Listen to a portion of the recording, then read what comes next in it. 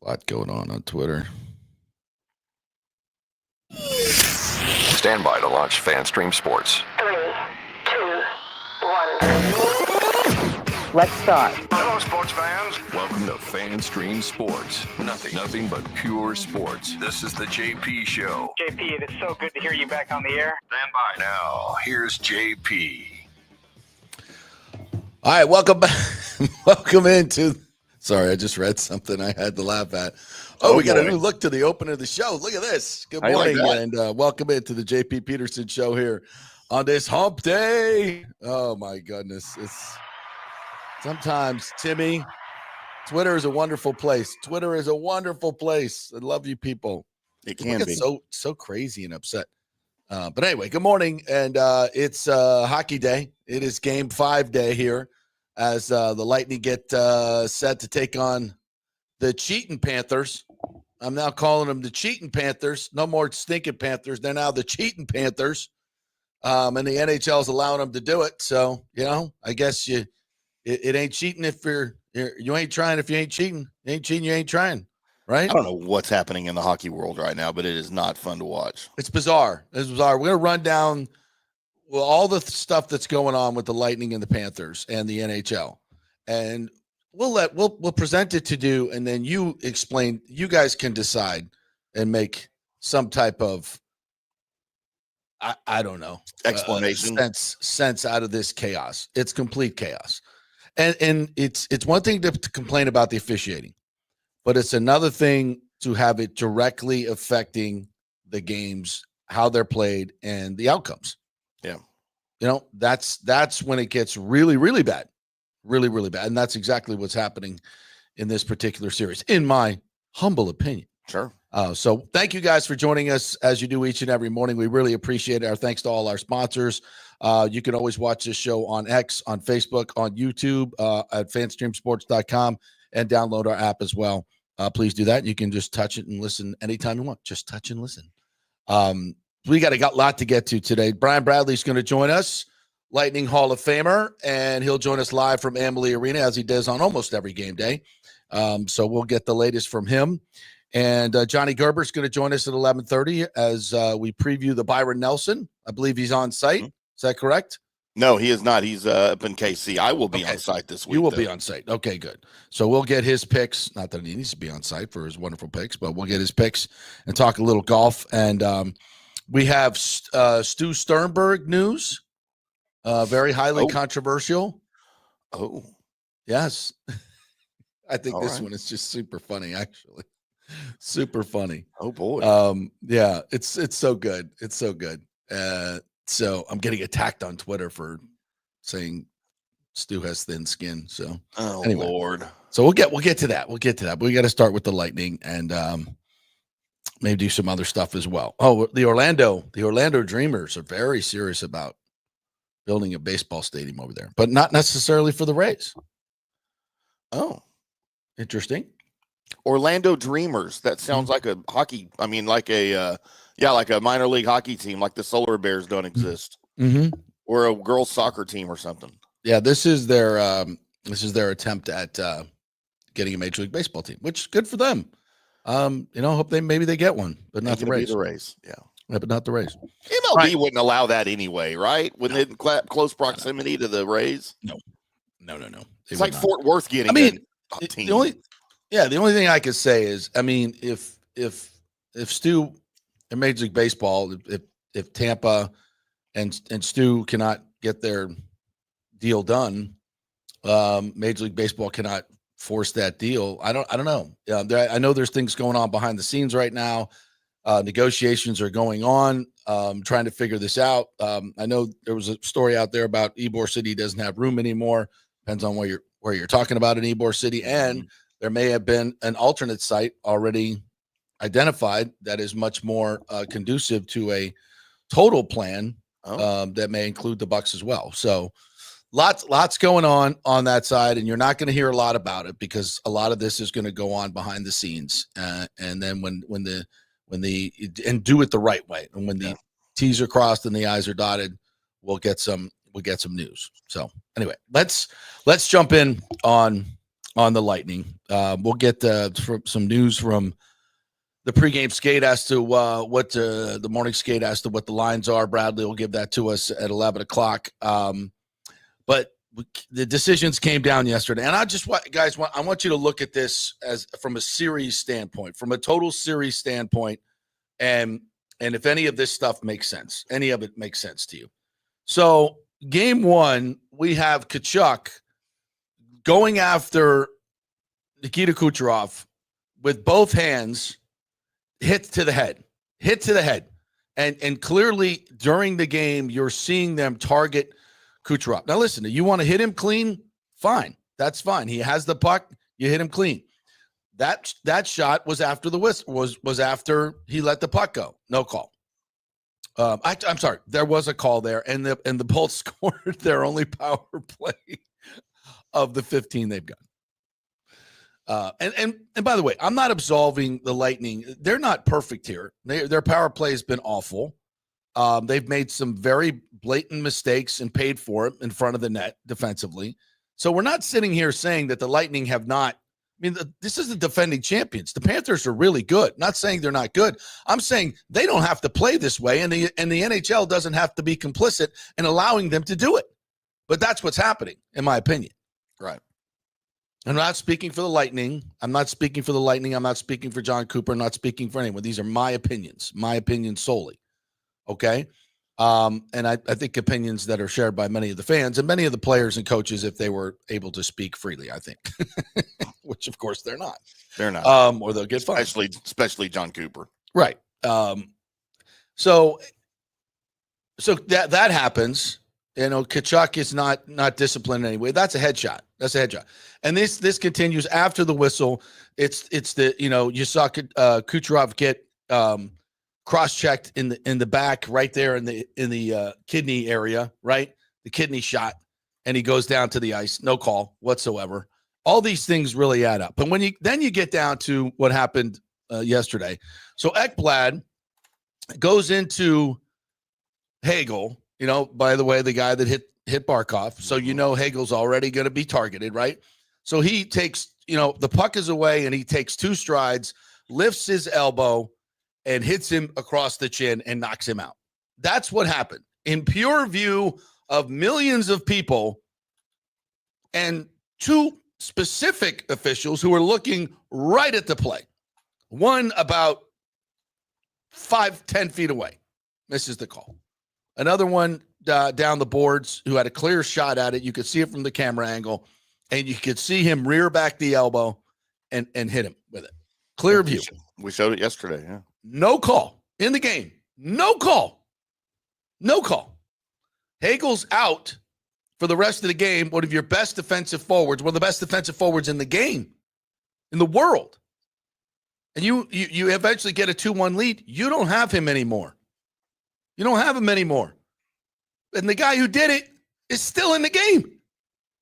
And he scores 2 goals. One of them, which was disallowed on an offsides call that the 4 blind mice couldn't see live.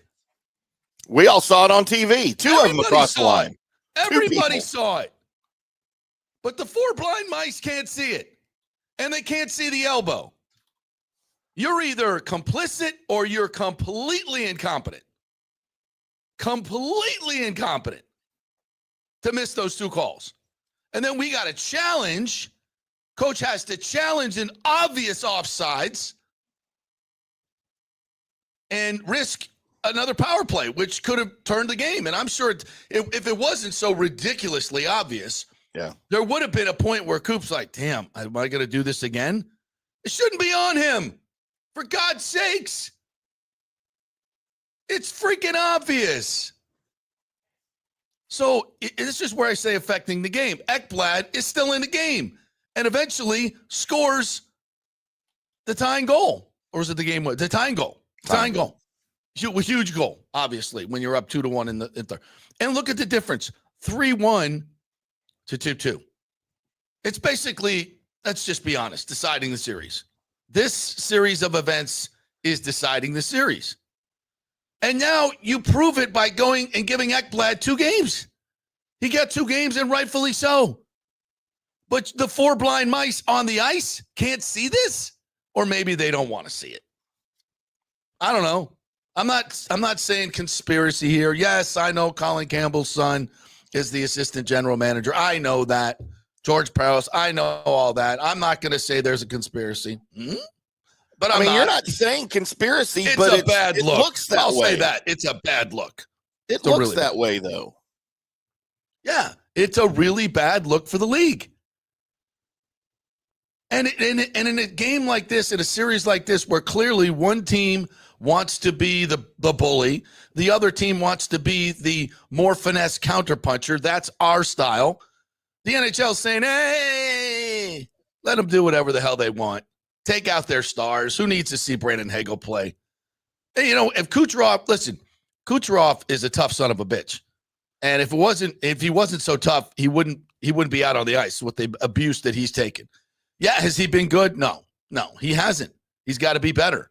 But he's under a constant barrage of cheap shots. A constant barrage of cheap shots. After the whistle, during play, it's non-freaking stop. And you're just, by making these decisions, you're just encouraging it. And please tell me, how does Mikkola get a game misconduct, right? He gets a game misconduct for a play that is not even worthy of a suspension. I thought it was a very dangerous play. And again, another cheap shot. But yeah, they got the 5-minute major. That's fantastic. You didn't do anything with it. That's on you. I totally get that. But the point is, how does that not suspendable? But it was worth a 5-minute major in the game, and Ekblad's is not even called. It's not even a penalty, and he stays in the game. And you take out Hagel, the best defensive forward in the world, one of the best, and you're trying to protect the lead. Or maybe it would have been helpful on the power play. Who knows? Listen, none of this stuff is consistent. None of it is consistent, and except it's consistently bad for the Lightning. Consistently bad for the Lightning. And here we go tonight. Hagel's not playing, and I know Ekblad's not playing, but Hagel for Ekblad. Listen, I'd never make that. No Lightning coach or player would make that trade. No way. We got to have Hagel. No, yeah, we got to have him. And I know we won without him, but that was a great effort by the Lightning. No question about it. It just, none of this makes any sense. And for the league, it's a really, really bad look.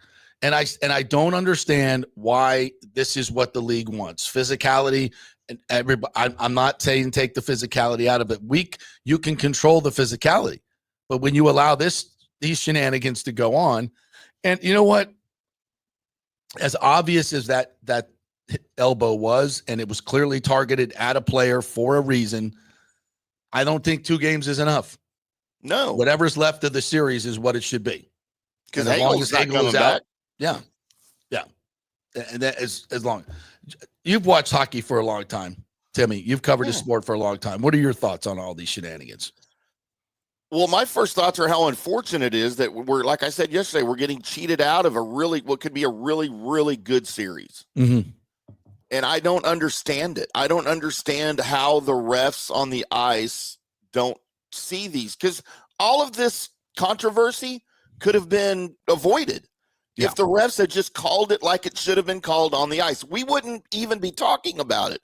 We would be talking about dirty hits, but they would have stopped because they would have been penalized. Right. You'd had guys with game misconducts. Yes. And then you don't do that again in the playoffs. That's right. You'd be hitting with clean hits like you're supposed to, like we want to see. That's good rivalry hockey, right? Clean hits. Yes. And it's exciting hockey. And the unfortunate part of this is we're not going to get that in this series. And now the Lightning might be eliminated because of it. And, the Lightning haven't been playing very great to begin with to start the series. But trusting Cooper to make adjustments if he's got his guys, right? Right. And for Vazzy to keep a team in a series, but we don't get to see any of that. Yeah. And to me, it's unfortunate. And the other part about this is what is this, if you extrapolate it out, what does this mean for Julien Brisebois? Well, Julien Brisebois now says, okay, I got to go get some thugs. I got to go get. I'm not going to pay attention to the clean hockey, the beautiful game. Yeah. Go find guys that fit on our lines that play well together, can score and work well together in the beautiful parts of the game. No, I simply have to go get some goons. Call the Hanson brothers. That's my off-season move. Really, and that's what he's forced to do now to combat this buffoonery that's going on. And again, the Panthers are a skilled team. They don't need to do this. But Paul Maurice, Paul Maurice is a damn good coach, and he knows he can get away with it, and he's going to do it. Is it great for the game? No, it's not. No. That's not his job. His job is to win cups. I get it. And I don't approve of it. I don't think it's good for the game, but that's his job. And if they're going to let him get away with it, then so be it. Let's go get Matthew Barnaby out of jail wherever he is somewhere. Bring him back. Enrico Ciccone. Yes. Brent Severin. Oh, my God. Andre Waugh, come on back. We love you. Hell, Mark Messier. Mark Messier. Yeah, we showed what he could do. That was kind of funny, was it not? It was very funny. As he's saying, Ekblad should be kicked out of the game. He's like, well, look what you did, man. That was it. That actually proves our point. Yeah. That was a different time, and obviously that's not the game that we want. No. It's the not. League got rid of that for a reason. Right. If you want to see that, go to the East Coast Hockey League. Go to any minor hockey league anywhere. That's not what we want to see. We want to measure a physicality in the game. Absolutely. But not, if you're a big, fast player and you can throw your body around and be effective in the legal realm, and it's not hard to do. Just keep your elbows down. Don't take headshots. It's pretty simple. It's not very hard. Simple. It's very simple. Yeah. When another player is defenseless on the boards, you can see it. And if you really think you need to take your stick and grind his head into the board, well, you got a problem, bro. Mikla, you got a problem. You need to be boxing or MMA fighting, not playing hockey. And you can't tell me that that's not coached. Oh, for sure. Absolutely. Maurice is like, take your shots. Take your shots. When players start doing that and they haven't been instructed to, you don't get ice time. No. Because you're hurting your team. Right. Take your shots. Take your shots. Yeah. So as I sit here this morning on the cusp of Game 5, and the Lightning, boy, would sure do well to reward their fans with a win, because it's been a while since we've had a home win in the playoffs. I think it's been 8 games or something, 8 of 9 or something. It's not good. Yeah. It's not good. So we need to do that. We need to do that tonight. And look, we stepped up without Hagel in Game 3 and got it done. So hopefully tonight they'll find a way, extremely undermanned, to get it done. If I'm betting on this game, it's hard to bet on the Lightning. It just is. Given the series, it's hard to bet on. But they've done this before. When their back's against the wall is when they are at their best. This is a very, very tough hill to climb without Hagel. It really is. And the fact that he's not on the ice because of that hit is just really bad for hockey. It's bad for the Lightning. It's really, really bad for everyone involved. So we'll hear from Brian Bradley. We'll get his thoughts on all these shenanigans as we go up to about 11 o'clock. He's going to join us. We did have an elimination last night out there in the East. We did. As the Hurricanes knock off the Devils in double overtime. OT, double overtime. It was, man, that was a good. I didn't get to see it all the way into double overtime. I watched all of regulation tied. Yeah, I fell asleep. I was watching a little bit of the OT and then I fell asleep.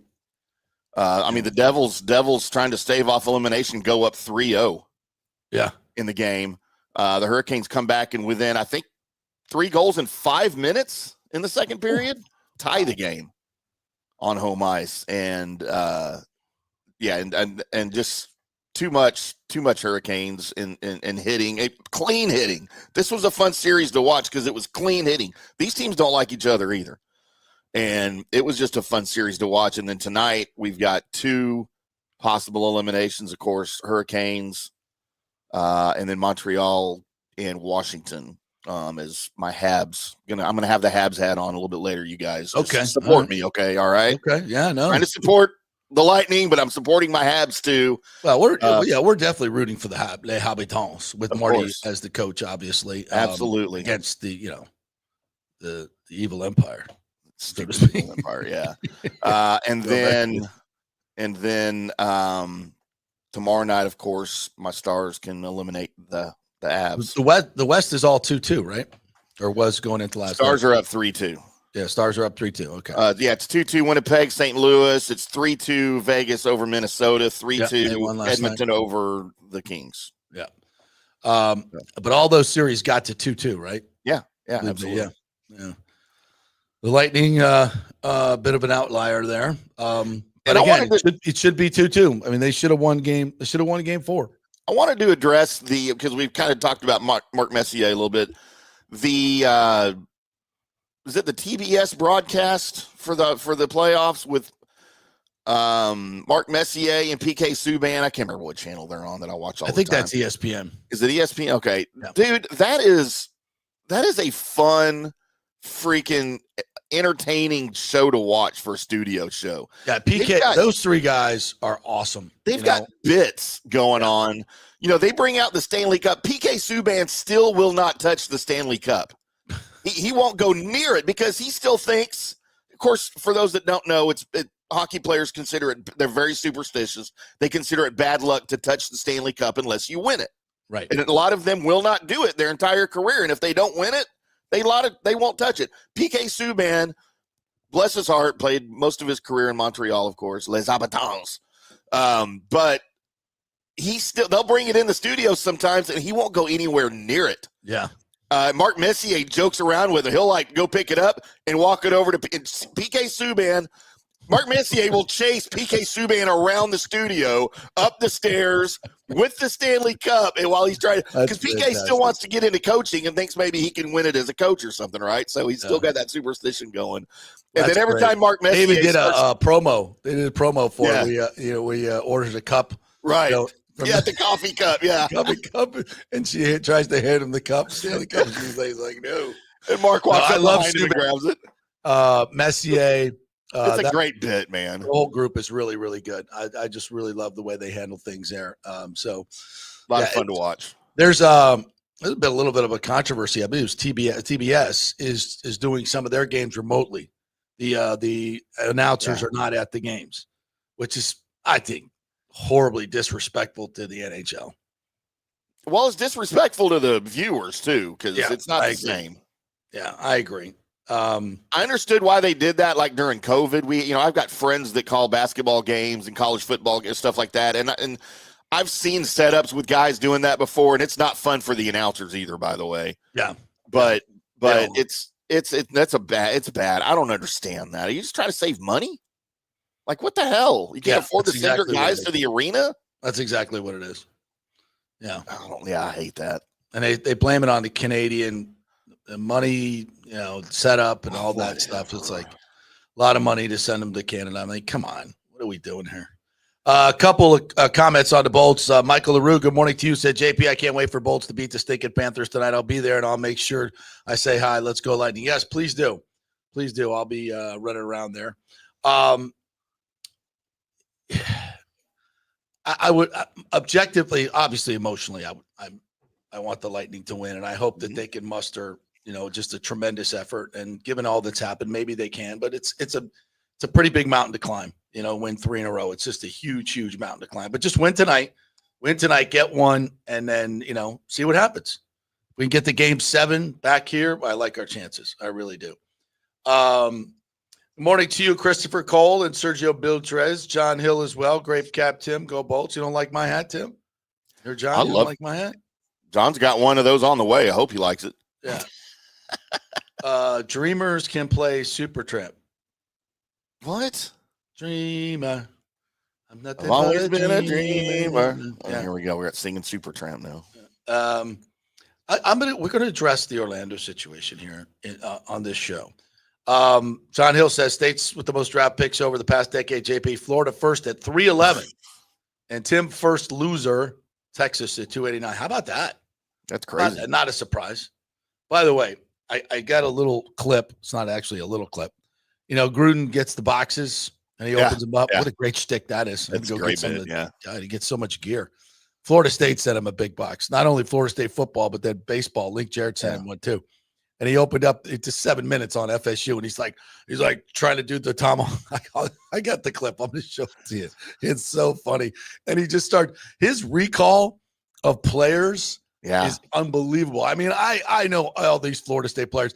He's bringing out guys from the freaking 70s, like Fred Biletnikoff that he worked with the Raiders, and dropped a Sammy Smith.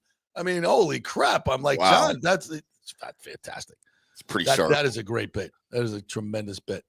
The best promo for FSU we've had in quite some time. John Hill says ref number 2 is blind and has piss poor judgment. Ref number 2. They do have numbers. Yeah. According to the web, it's John McIsaac. I don't know these jamokes. I just know they're good day, mate. Really bad. James, it's why NHL has a shit salary cap. NHL doesn't care. Team stars are out with concussions. So, yeah, their guy out 2 games, but Hagel out probably the same amount of time. Dirty Panthers got what they wanted. Absolutely. Mm-hmm. Got exactly what they wanted. And I don't know how you can't see that in real time. I just don't know how. Michael reminds us Cooch was suspended for boarding in 2019 versus Columbus. Mikula not suspended for boarding Gergensen. Yep. None of it makes any sense. And you just wonder if the Panthers, and I'm saying if the Panthers go on in advance, because it's not a done deal, if the league, and if they continue this, will the league just let them keep doing it all the way through the finals? Well, Nathan Elliott says, follow the ratings, follow the money. People are talking about it, and the NHL is banking. The refs see all and they know all, just turning the blind eye because the NHL is following the dollars. I think he's 100% right. Well, people will still talk about dirty hits, even if you get suspended for it. Yeah. I just don't. I don't think the game needs it. I just don't think the game needs it.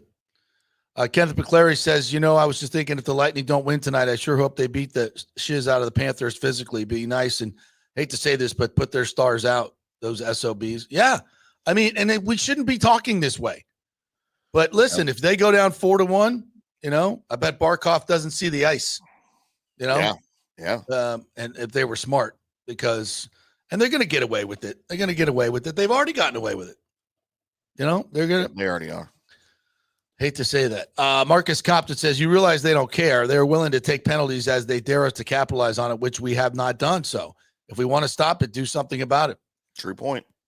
It's true. Your power play has got to be better. Your power play has got to be better. But I still think you got to make the calls that are the calls.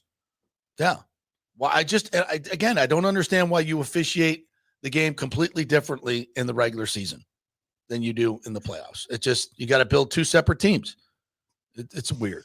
And this is why you see teams that are 8th, 7th, 6th go on to win the cup, because they've built a team that's why the Panthers didn't care whether, they won, they were in first place or not. It just get us in the tournament, and we're built for the playoffs. That we're built when they swallow the whistles. We can start killing people, and they're part of it. James says, how can anyone judge the Lightning without Hagel for 2.5 games now? You can't. Panthers' game plan was to take out our high scorers and dirty effing hits, and Gary Bettman should be ashamed. Yeah, what about the hit on Gensel? Tkachuk should have been suspended for that hit. He should have been suspended. It was late in the game. It was intent to injure. He knew it didn't mean anything because they were down 5-1. It's true. Lightning have recalled Max Crozier for Syracuse ahead of tonight's Game 5 against Florida. Yeah, maybe Perbix and Lilleberg are going to sit, or one of those guys is going to sit. I wouldn't be shocked. What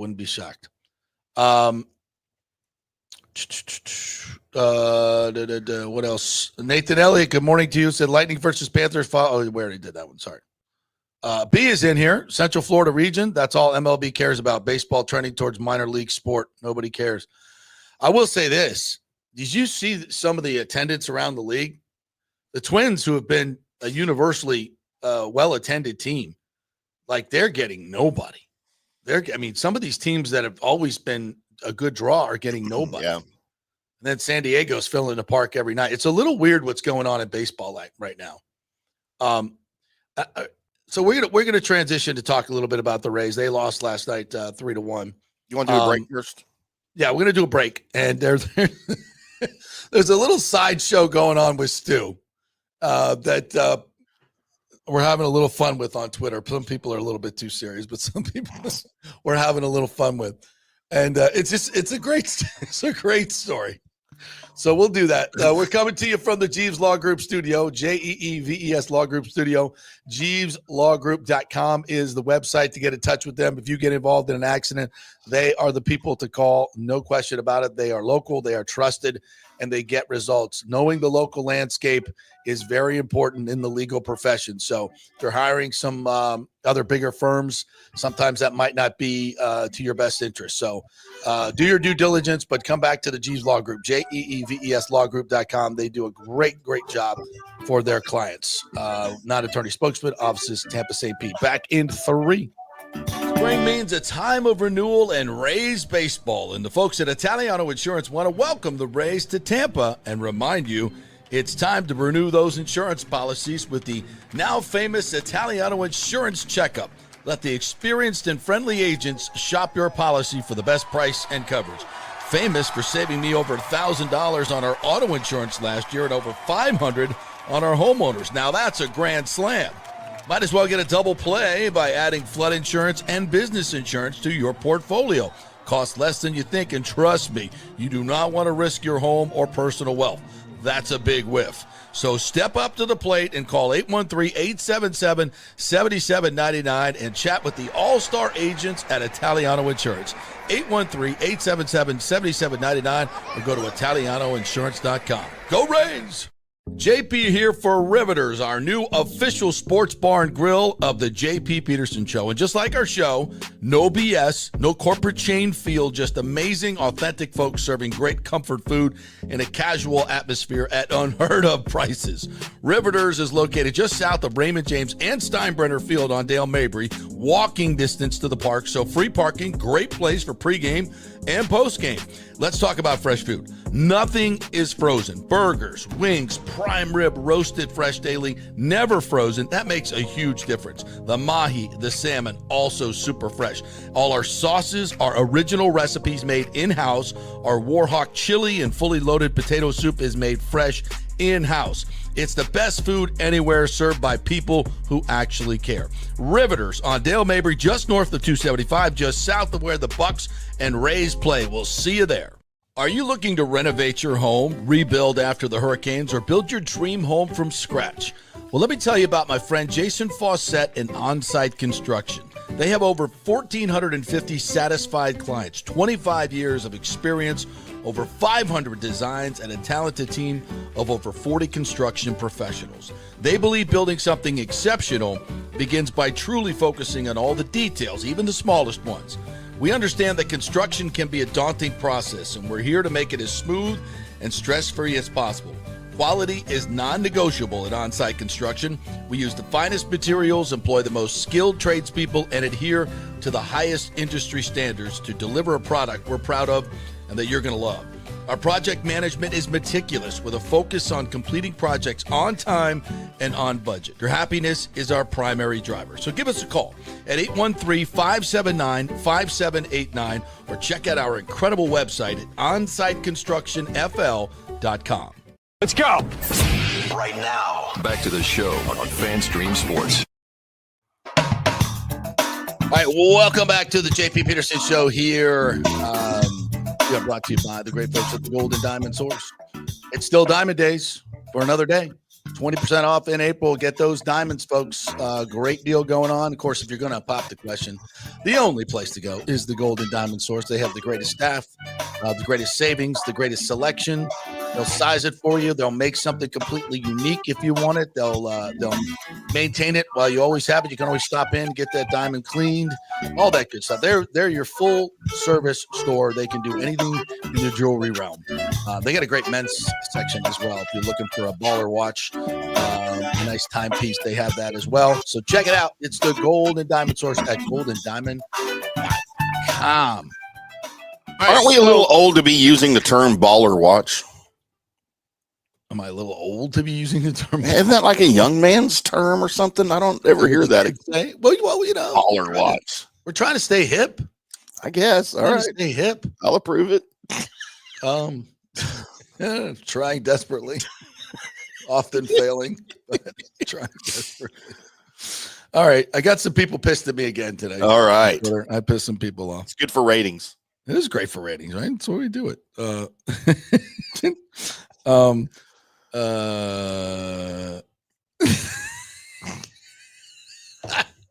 I need to be going and getting screenshots of things. I did it. I did it for us. Okay, so before we get to the Rays game last night, which was kind of boring, check this out. This was somebody sent me this. Like a couple of people at the game. I have a good friend Jeremy and sent me this, and then I saw it on Twitter. So I retweeted it. I didn't even put it on Twitter. I didn't have to because somebody beat me to it.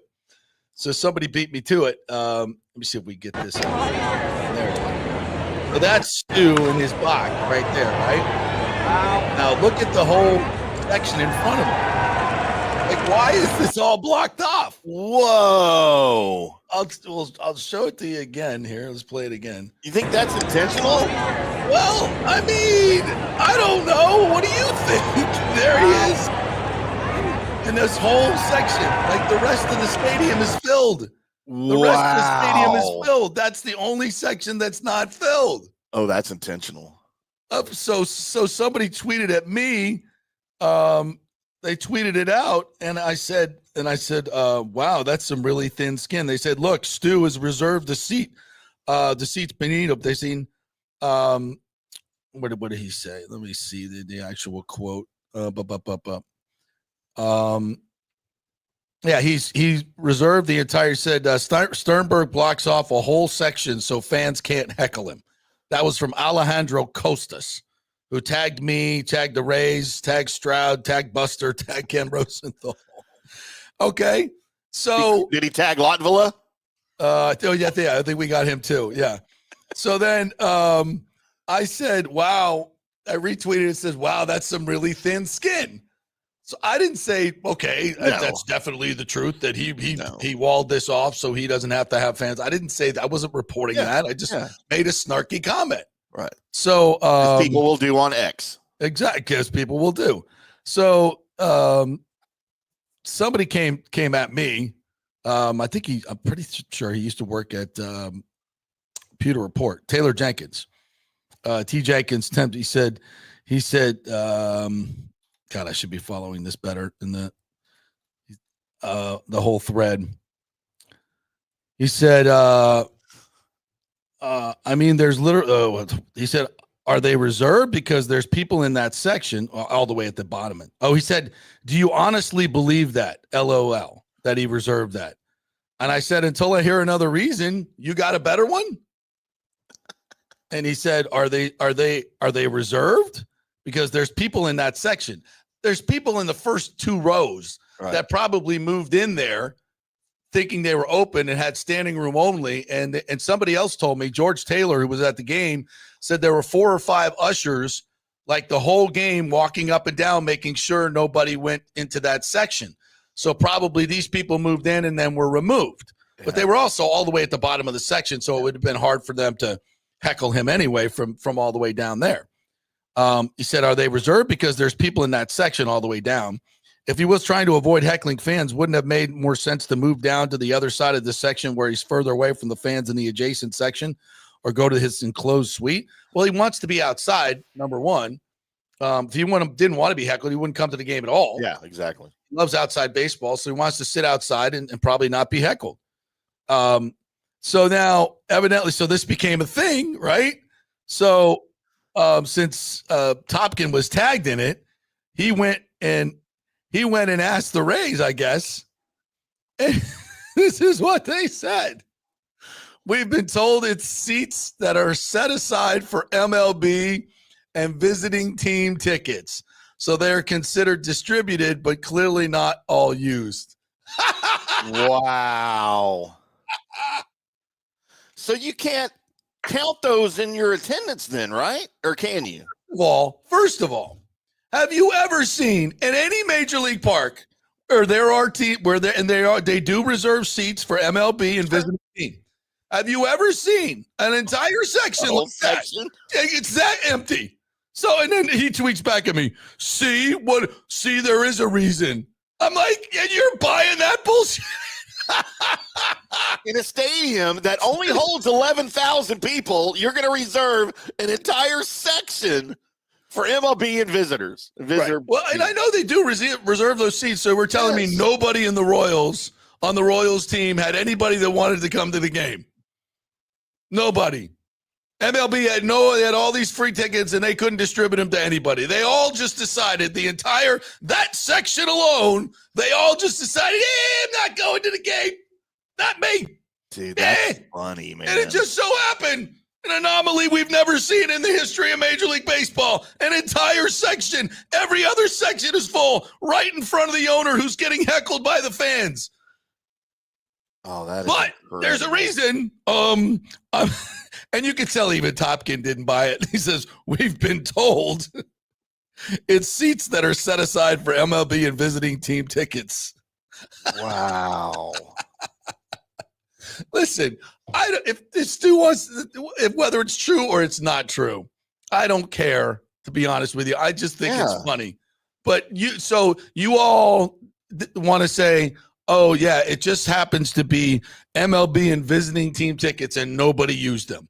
The entire section that just happens to be right underneath Stu, and he's been getting heckled at every game he goes to. That's unbelievable. And you want to buy that. It just happens. Have you ever? Could he at least make it not look so obvious what he's doing? Right? I mean, and those just happen to be the seats, not two sections over from his box, but just directly below his box. Yeah. Just happens to be the seats that are reserved for MLB. Right. Just happens to be. That's I mean, unbelievable. Are you kidding me? Are you serious? And you people want to believe that? Taylor, love you, brother. But and Tay, there's another one, big Rays fan. I love you guys. I'm not trying to pick a fight with you, but come on, just be a little bit. I mean, that's exactly what he's doing, in my opinion. I don't know this for sure. I'm sure they're reserved for the visiting team. Well, it sure looks like it. And nobody showed up tonight, not a one. That is incredible. I don't know what's worse, doing it or putting out that statement that people actually believing it. And you believe that nonsense? Oh my! And so, is that what he's doing? He's getting so he clears out. You only have 11. And think about this: there are a lot of people that want to get tickets. I'm not going to say they can't get tickets because there's a secondary market, but I'm sure there's a lot of Rays fans that would love those seats. There's not that many seats. Yeah. And you're blocking them off because you don't want to get heckled, allegedly. That's what I'm saying. That's Don't what bitch the other about fans think. attendance It's not just numbers. me, you know? Yeah, don't bitch about attendance numbers. If you're going to do that crap. Well, to his credit, he hasn't bitched at all because he's making more money. Yeah. You know? He is. Yeah. So we haven't heard much from him. I think there's some things going on behind the scenes as far as the sale of the team goes. Here's another. So anyway, I think that's funny. As for the game last night, Junior Caminero, hello, 3 for 4 last night, single, double, home run. And Emma McCloskey put this out as well. In the 9th inning, they got a runner on, down 3-1, and Danny Jansen hit a ball to left field that off the bat, Dwayne thought was gone. You could tell by his voice. Everybody thought it was gone. The crowd thought it was gone. And those balls just die in left field. They absolutely just die in left field. Like center field, right center, and right, they're just flying out. It's this crosswind that comes from, I guess, it comes from the coast, or whether maybe it's some jet engine blowing or something at a particular time from the airport. I don't know. Close to the airport. Yeah. It's close to the airport. Maybe that's it. But the prevailing wind, I don't know what it is, but balls just die in left field. Even the one Cabanero blasted to center, barely got over the wall, and that felt like it was, I think it was 415, 20 feet. So it's weird, but I thought they were, I thought they had tied the game right there. But again, Lorenzen, their pitcher was really good. And, pitchers are on their game, good pitchers. It seems this Rays team is very inept offensively. Chandler Simpson for the first time went 0 for 5 at the top of the lineup. So that didn't help the offense, but Caminero was fantastic last night, and just this offense just goes dormant. So completely during games. Sometimes it's tough, but so they get a 3-1 loss last night, but I thought Taj Bradley pitched really good. He only had 2 strikeouts, but he went into the 7th inning, over 100 pitches. I thought he was really good. He was good last night. So there were some positives. Their first loss in 5 games or 6 games. So let's see if they can bounce back against just a short series here with the Royals. So let me get to some of the Rays takes here. Nathan Elliott says the Rays are not built to physically put anyone out, but they're a stylish speed team, but not. I think he means the Lightning. Yeah. Brute squad player. The Panthers have some brutes, and that's why they win in the playoffs. Yep, absolutely. B says the loyal fan base not as important. Not 1975. TikTok, Fortnite, Minecraft, killing baseball needs to be in heavy tourist area. Tampa Bay still transient. But where's the research or anything that tells you that tourists go to baseball games? Yeah, I don't understand that process. I mean, if you're coming down from Canada to go to the beach, you're going to the beach and watching hockey games on TV. And you might get a handful of people, maybe a handful of people that while they're in town, they're like, hey, you want to go? I mean, I would do that, right? I'm just a huge sports idiot, though. Most people aren't as dumb as me.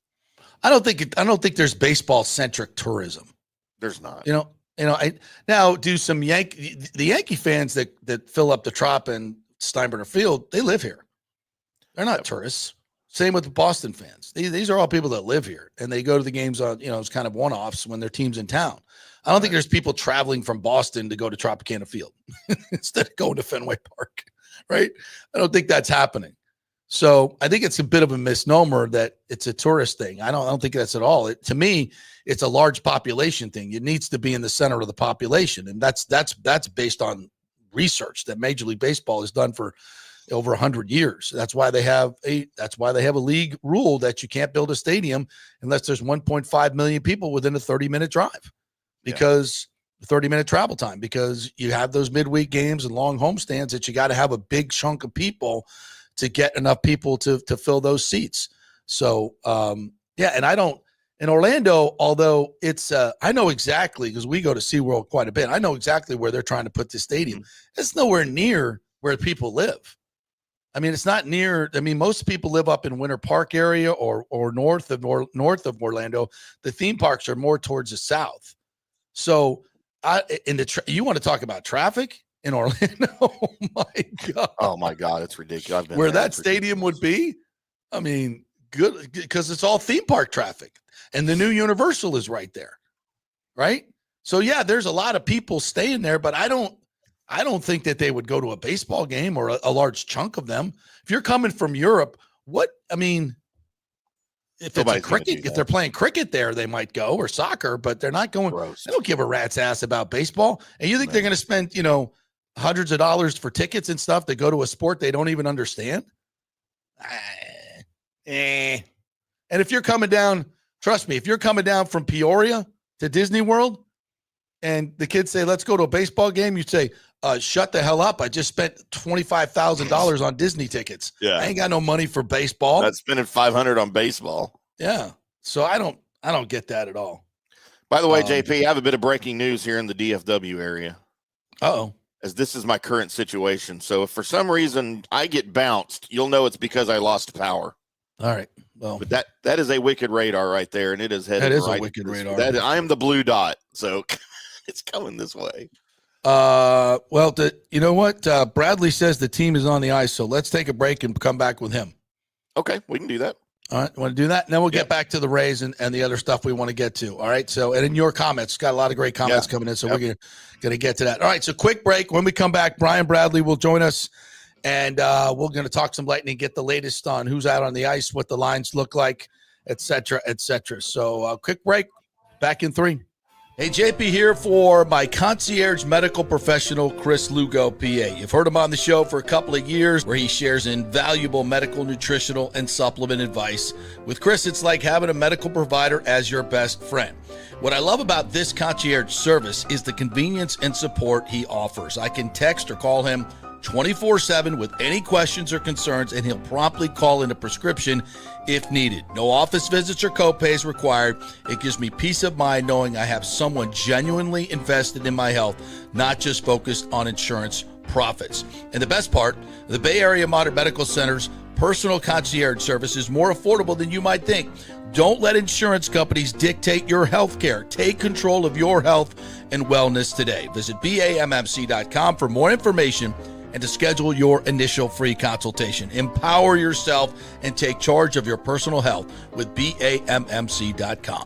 Diamond Days are back at the Gold and Diamond Source, Tampa Bay's largest jewelry superstore. You know, I love Diamond Days because right now you can get up to 20% off all the diamonds in the inventory, including April's birthstone. Plus, you can take advantage of 0% financing for up to 5 years. This means that if you finance $5,000, your monthly payment would only be $83. Best of all, your Gold and Diamond Source diamond never loses its value. And listen up, all soon-to-be newlyweds, here's your chance to win a $2,500 shopping spree at the Gold and Diamond Source, along with a wedding cake for up to 100 guests, created by the renowned celebrity chef, The Cake Girl, as seen on the Today Show. Entering is easy. Simply visit the Gold and Diamond Source on Omerton Road for your chance to win big. If you want your special someone to say yes, make sure it's a Gold and Diamond Source diamond. Visit us at 3800 Omerton Road in Clearwater. JP here for the Jeeves Law Group and my man Scott Jeeves, who lives right here and has long been a highly respected member of our community. He's a proud sponsor of the Tampa Riverwalk.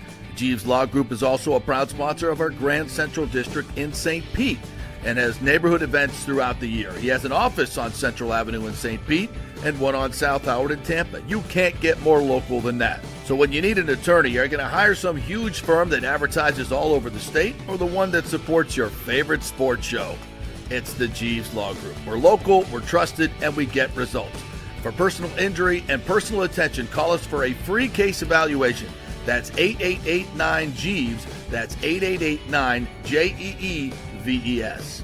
Hey, Tampa Bay, it's time to get your AC unit ready for summer. And here at Third Generation Plumbing and Mechanical, we recommend getting ahead of the game, keeping your family cool before the hot summer months with one of our maintenance agreements in the hopes of avoiding the dreaded emergency service call. Our maintenance agreements include, we'll test the electrical components, check and tighten high and low voltage wire connections. We'll check the refrigerant for manufacturer's performance levels, test thermostats, calibrate if needed, clean the evaporator coil and condenser coil, and clear and treat the drain line and drain pans. Just call us at 813-961-8024 for the special rates, and a human will actually answer. 813-961-8024 or go to thirdgenerationplumbing.com. Let's go. Right now, back to the show on FanStream Sports. All right, welcome back to the JP Peterson Show. Here as we roll on this Game 5 day. I just can't wait. Can't wait for this game tonight. Let's head on out to Amalie Arena where Brian Bradley is standing by. Do we have him? Oh, is he supposed to be on the phone? No, he's supposed to be in the. Maybe he hasn't jumped in yet. He hasn't jumped in. No, he's not here yet. Okay. I just texted him to jump in, so he should jump in here in just a second. Hopefully, I'll pop him on as soon as he's here. Oh, we hear the bloop as he comes in. Yeah. Let me just make sure that's Yep. All right. Yeah, he'll jump in here in a second. So, and while we wait for him, let's go back to some of the comments, especially on the Rays. I was responding to some of the people on Twitter about the Stu Sternberg thing. I mean, that explanation, like so many of Stu's explanations when he gets caught in something, that's the explanation. And the people are like, see, I'm like, so it's a regular policy? Then why have we not seen it section like that all year long? Ever before, yeah. And that just happens to be the section that's in front of his box. That is hysterical, man. If it's a regular policy at all ballparks, have we ever seen a section like that at any other ballpark? But you just believe what the Rays put out, because they would never put out anything that wasn't true. They would never do that. Like, wouldn't it seem logical that if it was just merely a coincidence or some weird thing that you just wouldn't even address it? Like, it would just be like well, yeah, that was weird, but whatever, but instead making an excuse for it makes it sound like it was planned and premeditated. And that makes no sense. It makes no sense. That's reserved for the Royals and MLB. So it's a regular policy. Then why have we never seen that? And never a completely open section when every other section is filled. In an 11,000 seat stadium, you're going to take a whole section. Yeah. I mean, and listen, this is not over. He's going to have to come up with a better excuse than that, because I can't believe Major League Baseball would say that's okay. They've got attendance issues all over Major League Baseball, and you got an owner that's blocking off an entire section so he doesn't get right. I don't know if it's because he didn't get heckled. Maybe he's got doesn't want to get COVID or something. Who knows? He's a germ freak. I don't know. But it makes that makes no sense, and that's why Mark Tompkin put it that way. We've been told. Like, yeah, that's pretty funny. Yeah, come on, dog. That's interesting. And ridiculous. Very ridiculous. Let's see here. Michael LaRue. Here we go. Lightning has guys like Maroon, Jeannot, Shen, Perry, and Bogosian, but they've never replaced them. The Bolts need to add some more sandpaper in the offseason. I would agree with that. But, look at all those guys that you mentioned. Jeannot, he played here. He didn't play within the system. He was not, It was just nobody wanted to fight him. So it was kind of pointless because he beat everybody's ass so bad. Everybody stayed away from him. Yeah. But Maroon, I mean, we love Patty Maroon, but man, he just got so slow and such a liability. I mean, is that, so we're just going to keep guys because they're physical and they fight and they can take out other guys? Still got to be able to play. Yeah, I mean, gone are the days of just the outright goons in hockey, right? You can't just have you can't guy that's your enforcer anymore. They got to be able to score. They got to be able to pass the puck and skate backwards and all sorts of things. Yeah, it's a skilled game. Yeah. Douglas Batista says at the Rays game last night, another Curtis Mead pinch hit K. Tired of watching this continued failed experiment. Yeah, I mean, at what point? I mean, nice guy. Love the Australian accent. Had a nice spring, but it just doesn't. I think he needs a little bit more seasoning, I guess. How about Nico only getting a $5,000 fine after breaking Gage's neck? I think it was Gergenson's, whatever. I mean, it just doesn't make any sense. So he gets a 5-minute major and no suspension, and Ekblad gets a 2-game suspension and no penalty in the game. Hey, what? I think I heard the blip. I heard it. Panthers versus Tampa Bay Lightning tickets for sale. Looking for a quick sale, so let's talk price. Message me if you're interested in grabbing these tickets. Martha Wallace, she's bailing. Martha's bailing. No, Martha. Is he going to sell them to some Panthers fans? Come on, Martha. We need you. We need you there. There he is, Lightning Hall of Famer, our first All-Star, the great Brian Bradley, handsome as ever. What's up, partner? How are you? Good, JP. Boys, how are you doing today? Ready for Doing game well. 5 tonight? Yes, we are ready for game 5. Oh, the arena looks great. Got all the towels ready to be waved when we finally score in the power play again. Right? Yeah. That's going to happen tonight, Brads, right? 1 for 15 is not a good number. That's 6 or 7% right now. So, yeah, that's not good. What do you see going on in the power play? What are they? It looks like they're trying to change a lot of different things, which I get it. If it's not working, try to change it, but maybe they should change back. What do you think?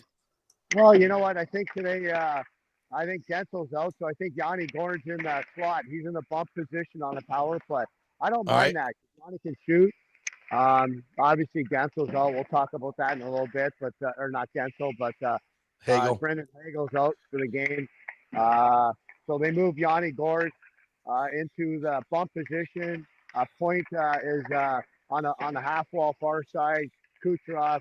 Hedman did not skate today. Cirelli did not skate today. Hagel did not skate today. Everybody else skated but those 3 guys. I think obviously Hagel's out, but Cirelli's in. He's not been skating. but No. playing in the game. So we know he's not 100%. That's for sure. Yeah, that's for sure. So, you know what? Connor Geekie didn't play in game 4. I thought he played really pretty good in game 3. I thought the kids really played good in games 3 and 4 down there. Mitchell Chafee, Gage Gonsalves, Connor Geekie, I would be probably in tonight because Hagel's out. So I think you got to move him back in. He's a big body, great guy, stuff like that. So, we'll see what happens coming up here. But,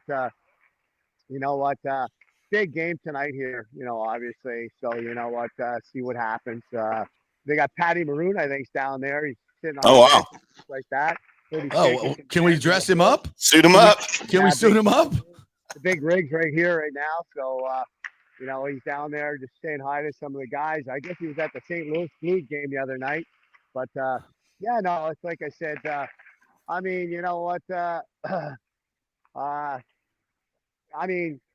crazy stuff happened down in Florida. Well, you were at both games, Brad. Let me just ask you directly. How do they miss the Ekblad elbow to the head of Brandon Hagel? How did they miss that not being a 5-minute major game misconduct? And then they suspend him for 2 games. Yeah, I've listened to all the things. I've watched it. I was there live. I saw the replay. I saw the hit live. Okay, you know what? I'm gonna give you my analysis and how it should have been handled, and it wasn't handled, and it was wrong. Okay, the play comes down. I've heard the ref side. The ref in the corner didn't see it because Marchand came out. It was almost the same time, and guys are skating around. He had his right arm. He was on his left side. He didn't really see it. The ref was 4 or 5 feet away. And you know what? Okay, I give him that. But you know what? It was a dirty hit. We all saw it in the arena. There's 3 other guys involved. So that guy missed it. One of you guys had to see it. Who saw it? Okay, and then here's the rule. The rule is you can go review a play if you think it's a 5-minute major. Well, someone should have said, we need to review this play now. And if they did review the play, he would have been suspended. He would have been kicked out of the game with a 5-minute major, and he would have got a game misconduct and never scored the goal. That's To right. me, not to review the play is bullshit. Yeah. I think it's terrible that they didn't even have the time to review a play, have a hit of that magnitude in a game that Eric Ekblad goes back and scores the tying goal, who should never have been in the game. I don't know what they were thinking on that whole play, but we all saw it. If we can see it from up where we're in a suite, how can they not see it from down below? But you know what? They made the wrong call at the beginning, but get the right call. You look at Coach Cooper, 1, 2, 3, 4 refs are on the ice. Someone has to see it. You go to your guys, you have a meeting, let's go to the penalty box, let's review the play, and then you're going to give them. That would have meant we would have had, they would have had 2 guys short. They would have had 2 defensemen short. He goes out of the game, doesn't score the tying goal, and, we have another 5-minute major, and then that, the Mikkola hit. Well, let me talk about the Mikkola hit, the one in the corner. Jurgensen's down on the ground, his head's against the board. The guy goes in and slams his head against the board. The Kucherov did the exact same play against Columbus in 2018, got a 1-game suspension. Why is he not suspended? Are there different rules now? Makes no sense. Makes no sense. So, It's worth a 5-minute. It's worth a 5-minute major, but it's not suspendable. And then Ekblad's hit is not even a penalty, but it's worth 2 games. That makes no sense. And here's the biggest problem about it is it's no secret what the Panthers have been trying to do, because first and foremost, Tkachuk is out there yelling on the ice right in front of the refs. I'm going to run you. I'm going to run you. I'm going to run you, telling everybody what he's going to do. And then he goes and does it to Gensel.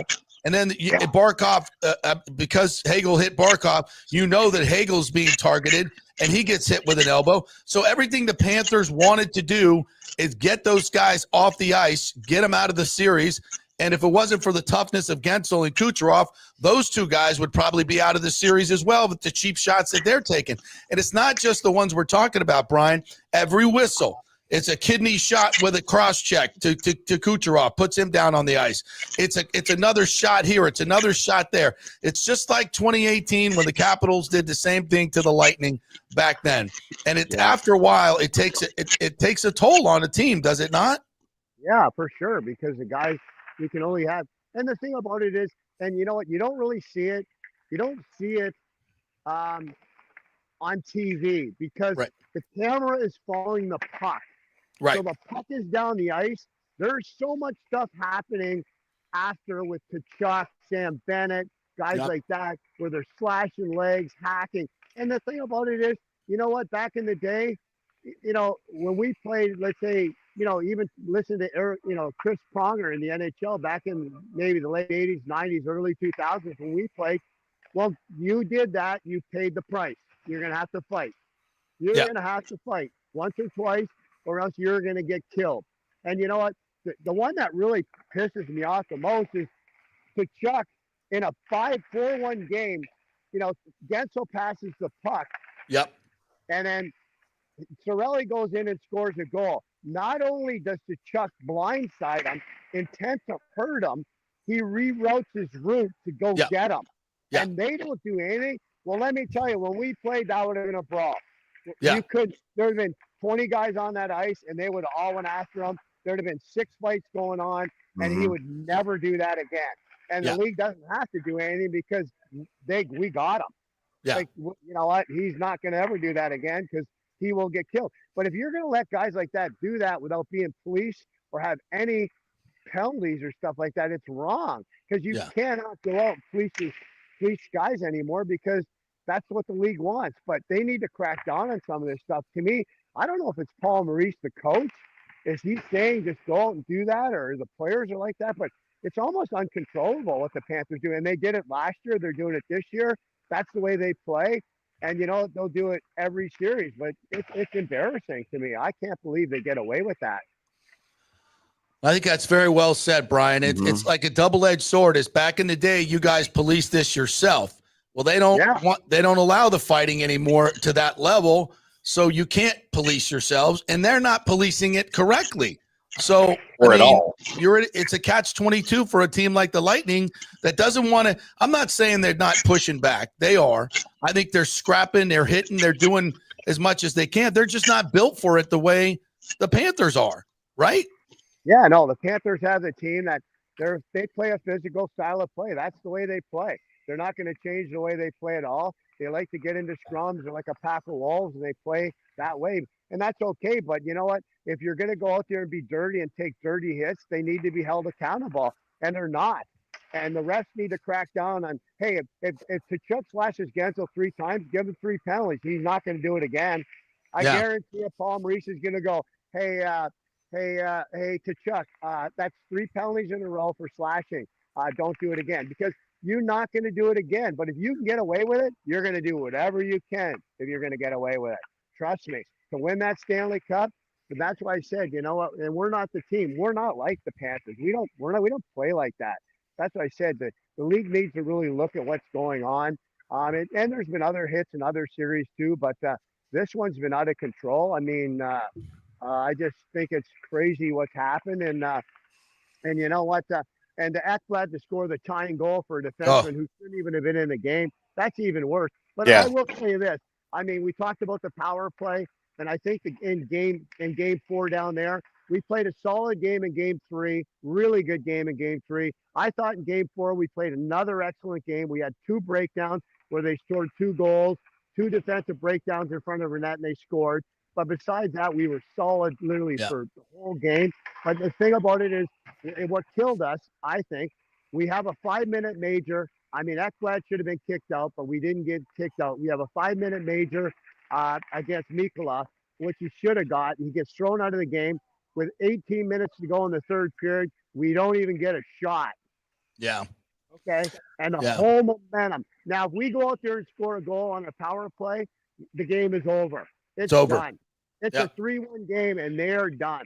And you know what? If we go and it's a 2-2 series. Yeah, it's 2-2. If we go out there and dominate on the power play and get like 5 or 7 shots on goal and Bobrovsky's just all over the place, but keeps him in. I still think we win the game because Florida's just scrambling.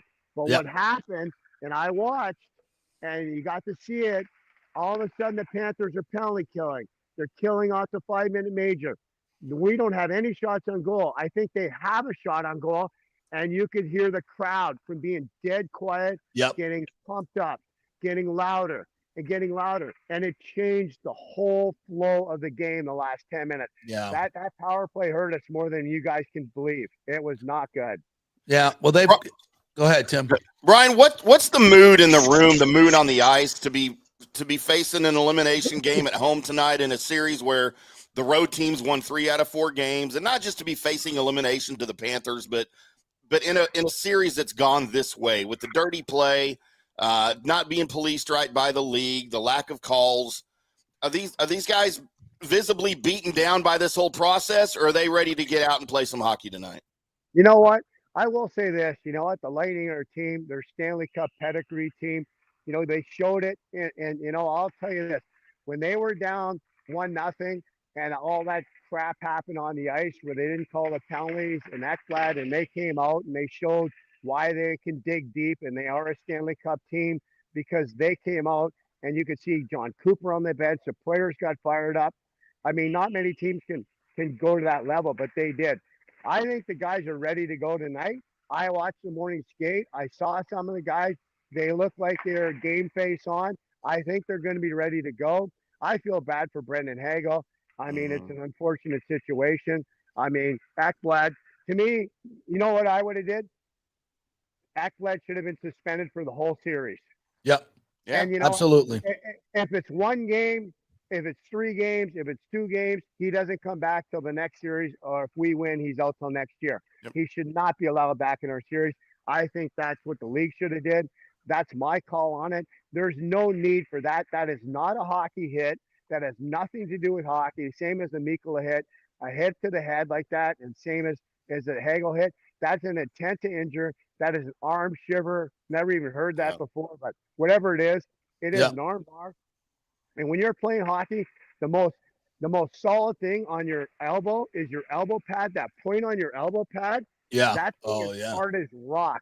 So when you hit a guy with your fist or your elbow or your arm, but if you get him with that elbow, like that thing is rock hard there. And if you hit a guy in the face or something with that, he is Which is down. what he did. Yeah, hit him right in the chin. And he got away with it. Let's be honest with you. He got away with it. And now he's serving it. But we still lost the game. It doesn't. That's the point. The 2-game suspension really doesn't mean anything, Brian, because you lost the critical game that would have been 2-2, and now it's 3-1. I would keep him. Give me the game. Maybe we should let the Lightning. They say, "Hey, take your pick. Would you like the game 1 or him suspended for 2 games? Give me the game. Yeah. Let's make it a 2-2 series. Let's start over and let's start calling everything that needs to be called." That's what the NHL should have done. I know you can't do that, but no, and or else give him a 2-game suspension, or else a series, whatever comes first. yeah, If it's 2 games, if he's out for 2 games, but if it goes 7 games, he doesn't come back for game 7. He's out. If Hagel, especially if Hagel's not playing, if Hagel can't come back, then Ekblad should not be able to come back. Well, it's truly amazing. Barkov came back full bore in the next game. Oh yeah, and that's part of it. Our good friend Eric Erlinson calls it the dark arts. The dark arts of soccer is what it's referring to, and it's the selling it on the ice when you get hit to get the major penalty, doing the cheap things that maybe won't get called behind the scenes, talking shit, all those things that aren't necessarily part of play, but are part of, working the officials, working the mind game and all that stuff. And listen, the mind game, that's wide open. If you let some guy get in your kitchen, that's on you. But that's what the Panthers do. And the Lightning got to find a way tonight, at least to fight back. I expect them to come out with a lot of energy. I expect them to be pissed off, and it's a hard hill to climb, down 3 or down 3-1. But this Lightning team plays their best. Yeah. They need to play off. And like I said, you know what? We've got to win 1 game at home. We've lost 2 games in a row in this series at home. So we've got to come out here, get the fans going, get that first goal. We haven't had a lead in the series. Yeah. So let's get a lead right out of the gate, get the crowd going. And the Panthers, I will tell you this, they're not a great team at coming from behind. They're No. not. They love playing with the lead. They are really good. They're like a Stanley Cup pedigree team playing for the lead, but coming from behind as much, they're not as good as if you get a couple goals up. They don't play good. They're not that team that can come. They're not like the Edmonton Oilers. The Edmonton Oilers can come back from 4 goals. Not these guys. They're dead. Yeah, let's get a lead tonight. And last question for you. And people are saying, Kucherov just hasn't been Kucherov. And again, I think it's a great point you make. You don't always see what's going on behind the play. And I'm trying to make excuses for him, but this guy's been hit when he doesn't have the puck, hit when he has the puck. I mean, he's been brutalized in this series. How do you combat that if you're the Lightning? Well, you know what? He just got to keep doing what he does. He's got to shoot the puck.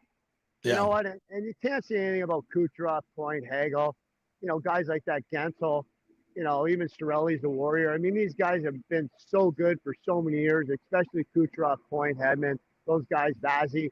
I mean, yeah, their numbers aren't there, or this and that, but they've been so valuable to the organization that, winning 2 Stanley Cups. I mean, they're targeted every game, guys. They're not going after Connor Geeky, Mitchell Chafee, or Luke Glendening, they know who to hit. If you're going to beat the Lightning, you go after those 2 or 3 players. You held them in check. You keep them tight on the power play, which needs to be better. But then, at the end of the day, Kucherov, they're targeting him each and every game, which they have to do to win. So, you know what? We just need him to get a goal, to get it going, get the monkey off his back, against, Bobrovsky. I think if he can get a goal, this whole series can shift. Him and Point can shift this whole series if they can get a couple goals. I really do believe that if they can come out tonight and get a couple goals from each of these guys, it will open up the flood doors in Florida. All right. Let's make it happen tonight, Brad. Thank you, partner, for being on. Appreciate you. I'll see you tonight. Yep. See you tonight. Go Bolts. Go Bolts. Go Bolts. Let's go. Go Bolts. The great Brian Bradley, Lightning Hall of Famer right there. He was fired up, man. He's fired up. Yeah, he's played the game. This is his team. He knows exactly what's going on out there. And if he was on the ice, that shit wouldn't be happening either. Well, but he makes such a good point. That Gensel one, which I thought was so egregious. It's so egregious. So bad. And it's just no suspension. Because he got away with it because he knew the game was over. Yep. That makes it suspension worthy right there because he knows the game's over and he knows I can get away. And they let this crap go on. And I'm sorry, man. The frustrating part is that the league's allowing it all. Yeah, and the ties to the Panthers to the league are undeniable. Ridiculous. And it's a bad look. Again, I'm not sitting here saying it's a conspiracy. I don't speak for the Lightning, but it's a bad look for the league. It's a really bad look for the league. And it's, and it's 2 of the best teams in the league. Yeah. And like I said, we're being ripped off from what could be a really fun series to watch here. And it's the league. It's the league's fault. You want ratings? You want people to talk about your series? This could have been the one for the ages if you'd have policed it right and refereed it right correctly and not allowed this garbage. Now we're talking about it for all the wrong reasons. Absolutely. You're 100% right on that, Timmy.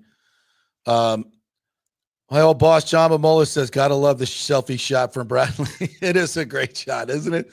It's so great we could do this with the technology. Just to go to the arena and have him there and tell us who's on the ice and show us who's on the ice. It's I wish he'd have put Patty Maroon on with him though. That'd be fun. Oh yeah. Go and grab the big rig. Yeah, that'd have been fun. Sign him. We sign him right now. Do we have any cap room left? One game contract. We need him. By the way, Mamola writing for the website Barrett, which kind of covers sports media. Yeah. And he wrote a great piece on Pat McAfee. If you guys get a chance to read that, Johnny, put the link in here if you're still listening to that piece you wrote on McAfee. I thought that was excellent. Just all the shit that McAfee's done, and ESPN just continues to take it. I mean, the stuff, I love seeing it because he's just totally, in the face of all the corporate people. What was ESPN thinking? Like, I've never understood that marriage. It's so off brand. Yes. It's so off brand for them because he does not subscribe to the agenda. He does not conform He does not for conform to anybody. the agenda whatsoever.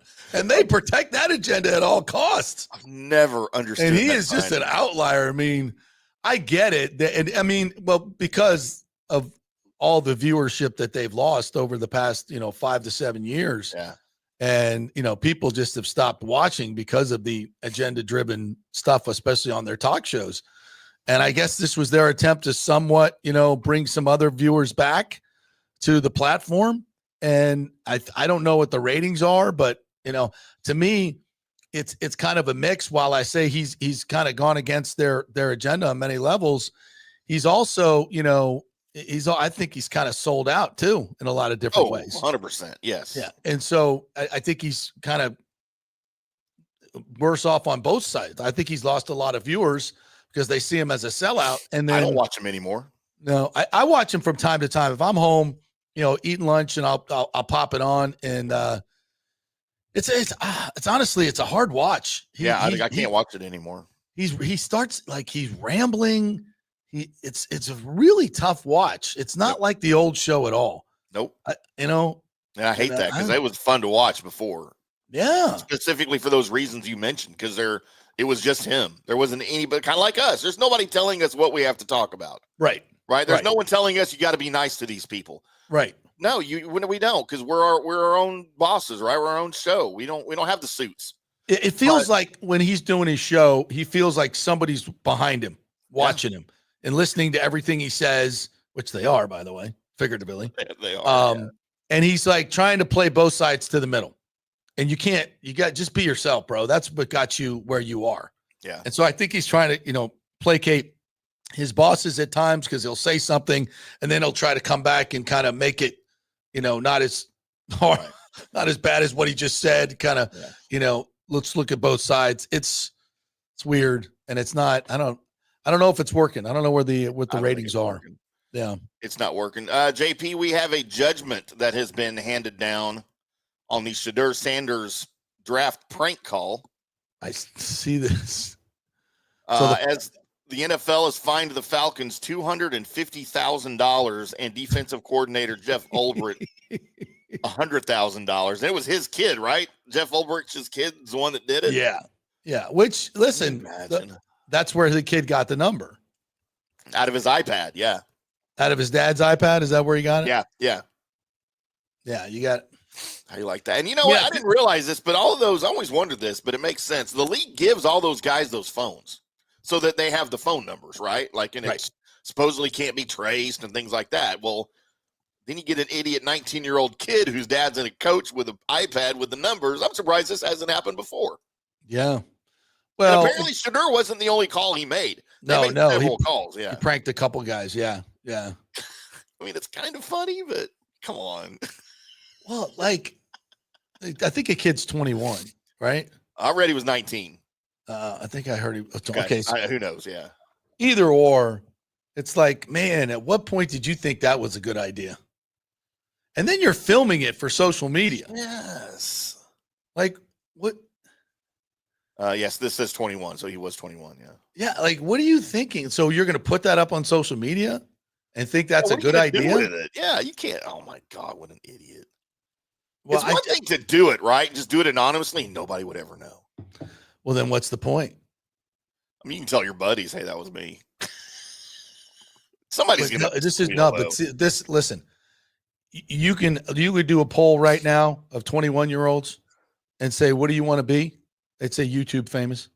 They want to be a YouTuber. That's all they want to do. He got famous real quick. Yeah. Yeah. That's all they want to do. That's their goal in life, to be a YouTuber. Think he got grounded? Think he got a spanking? Well, it's, if my kid did that, first of all, my kid would never do that. Exactly. Well, we say that. It's not the first stupid thing that kid's done. Stupid, selfish thing. My guess is, and this is total speculation, but my guess is that's a pretty entitled young man. For sure. That's a pretty selfish, entitled young man. To even think about doing that, right? Dad's probably had some other issues with him in that regard. Speaking of which, to the two jerk-offs that parked in the handicap space right down here at the Panera Bread building. Oh, Right. There's a handicap space right down here. And our parking lot fills up. I get it. But, to the UT students with your Audi that makes lots of, the brand new Audi 5, whatever the hell it is, starts it up, room, right? And I saw the two little jerk-offs get in the car. I think they're UT students because he's got a UT license plate. Yeah, I'm calling you out. They were clearly not handicapped. Maybe in the both of them. Yeah. So I walked up beside as he, it was dark windows as he goes room. And I'm like, hey, which one of you guys is the handicapped one? Because it didn't look like it to me. Guy rolls down the window and he goes, I'm the handicapped one. I'm like, oh, really? Because you look like you walked right into that car pretty good to me. So did they not have a handicap thing hanging from the? No. Well, then now he's not handicapped. Yeah. No, they're not handicapped. I watched them get in the damn car. Two little entitled punks, just like this kid, sitting in the handicap spot because they don't want to park, 200 yards, 100 yards out and walk up to the Panera. No, we're going to pull right up into this spot. And even if I get a $500 ticket, Daddy's going to pay for it, just like he paid for my car. Yeah, I don't care. God, I hate people like that. Here's audio recorded live when JP walked up to the Audi. F you, F you, F you, and F you. I probably shouldn't have done that because the guy's probably got a gun in there. He's going to shoot me. Yeah, I'm handicapped. No. Pop, right? No, you're pretty handicapped. dumb. I was a little incensed. I react that way too. I even react that way if someone has I don't know how it is in Florida, but here in Texas, They put the little blue handicap thing on the rearview mirror, or they have it on the license plate that shows handicapped, right? Yeah. But if they're just walking normal, getting in and out of the car, I always even question that. I'm like, so is it your spouse that's handicapped and you just take advantage of having the card? It's grandma's placard. Yeah. Yeah. People do it all the time. They take grandma's placard and they use it all the time. You see it all the time. It's Bush League. Yeah. That's really bad. Idiots. That's JP's idiot of the day here on the JP Peterson show for a Wednesday. Have you ever used a handicap stall? The stall? Yeah. Oh, every time I have an opportunity. Because they're bigger. Very comfortable. Very comfortable. Have you ever been caught?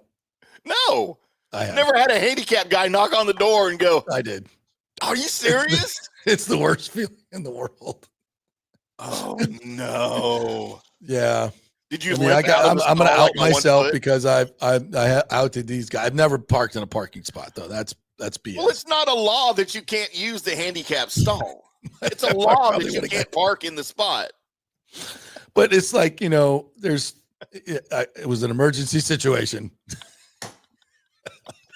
So you were handicapped for that split second. I was temporarily. Clinton, and then the guy. Oh no! And I look under the stall, see the wheels of the wheelchair, and I'm like, oh God. No. Oh my God. No. Life's most embarrassing moments. Oh my God. Where were you? Like at a restaurant or a mall or what was it? I can't tell you. Oh no. I left my crutches out in the hallway. Can you go get them for me? Oh God. It was so bad. And I felt so bad. I was like, I'm like, I'm so sorry.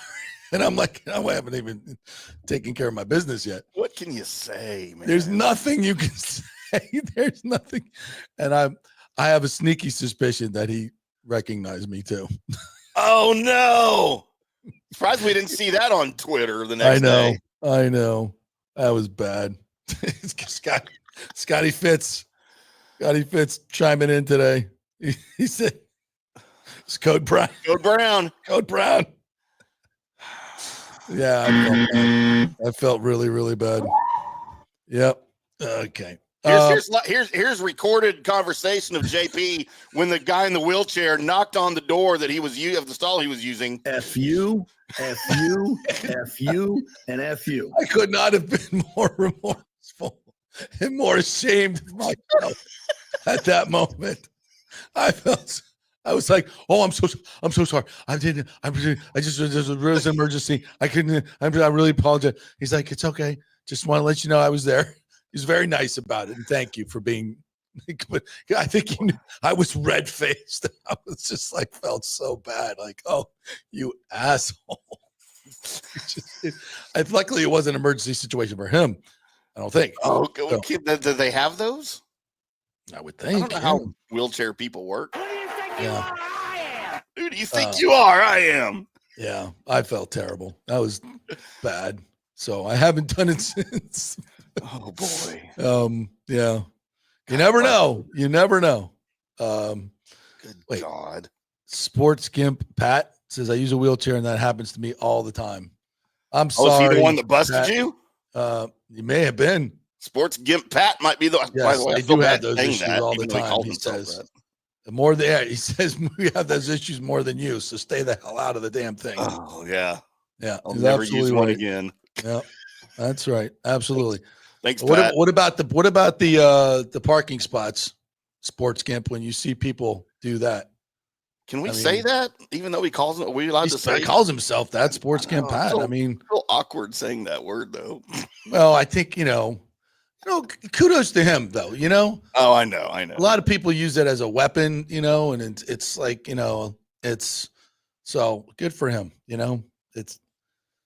Oh, but it's got to be a really tough life when assholes like me are using their stall. It's not in their parking spots, and they have to wait. Yeah. You didn't have to wait long. Let me make that clear. That's very quick transition. But damn, I felt bad. So you never know. It's a lesson learned for all of us. Yeah. All right, let's think. Is Johnny ready? Yeah, Johnny's in here waiting. All right. Well, let's talk some golf. Let's talk some golf. The great Johnny Gerber made me some money last week with the you gave me one on Saturday that was a loser in a matchup, but you came back on Sunday, gave me two winners. Is that last week? That was Heritage, wasn't it? That was Heritage Week, yes. That was Heritage Week. Yeah, absolutely. Absolutely. What's up, fellas? Going into transition into golf talk from wheelchair talk, handicap stall talk. Yeah. Handicap stall talk. Well, that's how good you guys are, right? You guys can just go into doo-doo saunas to golf. And at least I'm honest about it. Like, true. I was honest about it. I wore it, I apologize. You're a lot of things. of things. Honesty for sure. That is it. That is definitely it. Yeah. So I'll tell you a little golf story. So I went to a simulator last night. First time I'd really played a full round. We did about 2.5 hours on the simulator. And I got to be honest. And you've obviously have done the simulators, right? Yeah. Oh yeah. And I know maybe it was the one we were on, or maybe I'm just an awful golfer, but when you hit a ball where that ball's going, right? If you hook it or slice it, you have the feel, right? You especially could probably within 10 yards know exactly where your ball's going. I don't have to look at it. Yeah, I know where it's going off the club face. Yeah, I don't even have to look at it. I'm not a great golfer. It was once a single-digit handicap. I'm not a great golfer, but I've been playing for freaking 50 years. I know what you're better than what you think you are. I told Tim the other day. I said, JP's actually pretty good. He downplays it. I said, RJP? Yeah, that's what he said. I said, yeah, trust me, he's a lot better than what he comes off. When I hit the ball, I don't play more. When I hit the ball, I don't even know if it went forward or backward, to be honest with you. Well, I had a couple that went backward last night. I hope people are watching. If you miss the screen, that's not good, right? That's usually not good. That's usually not good. No. And that happened one time. Wow. But how accurate are they? It just depends. I mean, you could. It's just like anything else. It's what you get. It's what you pay for. Right. And you could get up to $50,000-$60,000 in a simulator in your home, and it's pretty daggone accurate if it's set up right. But you can also get, if you pay $2,000 or $3,000, you're going to get tracked, but with wiffle balls, so it's just like, it's really kind of depends on how much money you spend, technology, what you have. And if you go back to TGL, they have the greatest technology in the game when it comes to simulators, and they still had mistakes. They had a lot. They were, you could tell the players were not happy a lot of the time. Yeah. So there's no, you can't justify that with a real golf shot on with a real golf ball, not tracking golf ball, hitting into a sim. There's no difference between really actually going and play golf. But for the most part, for the recreational golfer, it's a great tool. It's pretty accurate. There's 1% of the guys like me that are going in there, hey, I hit it off the toe, there's 2 yards different. No, the guys who are out there going out to have a good time, drink 7, 8, 9, 10 beers, they're going to enjoy it for the most part. Yeah.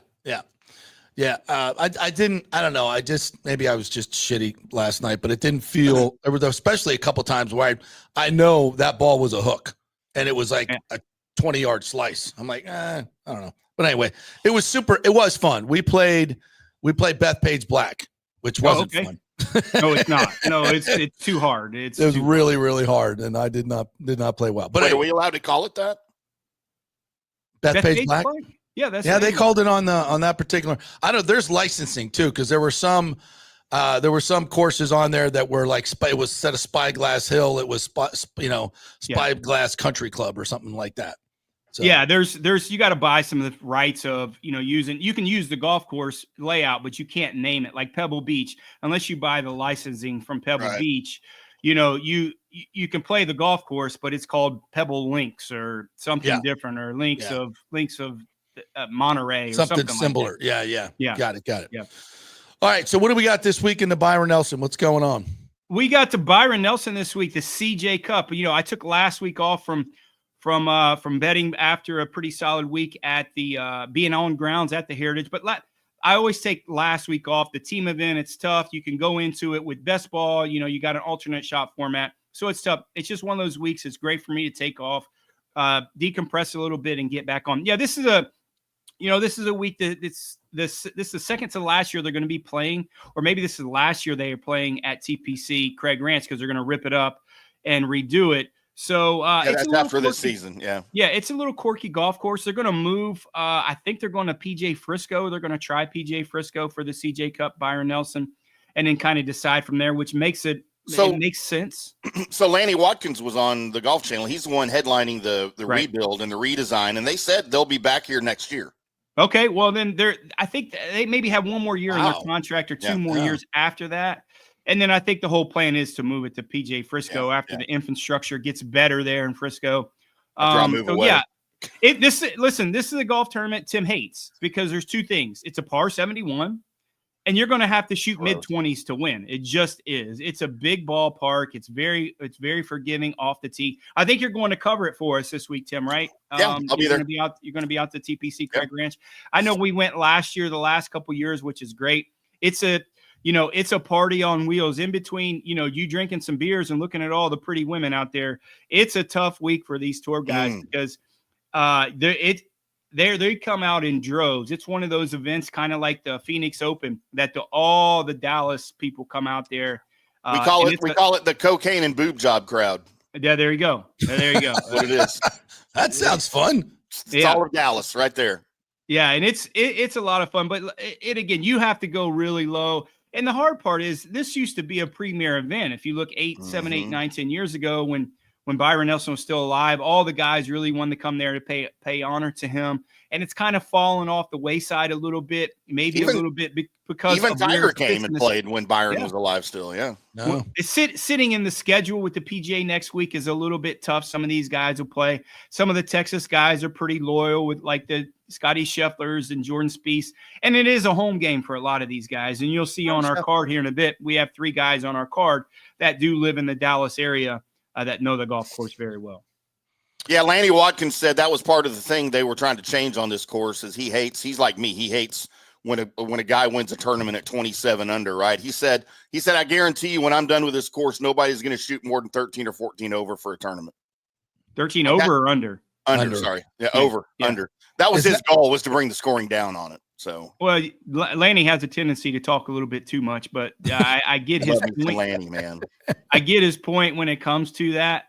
Yeah, I mean, it is. It's one of those golf courses. Like I said, there's not a lot of ways to get in trouble. Let's just say that. Yeah. I mean, for these guys, there's just not. So, it's a dartboard contest. The guys who hit it long certainly will have an advantage. The guys who know the golf course a little bit, some of the quirkiness to it, they're going to have an advantage.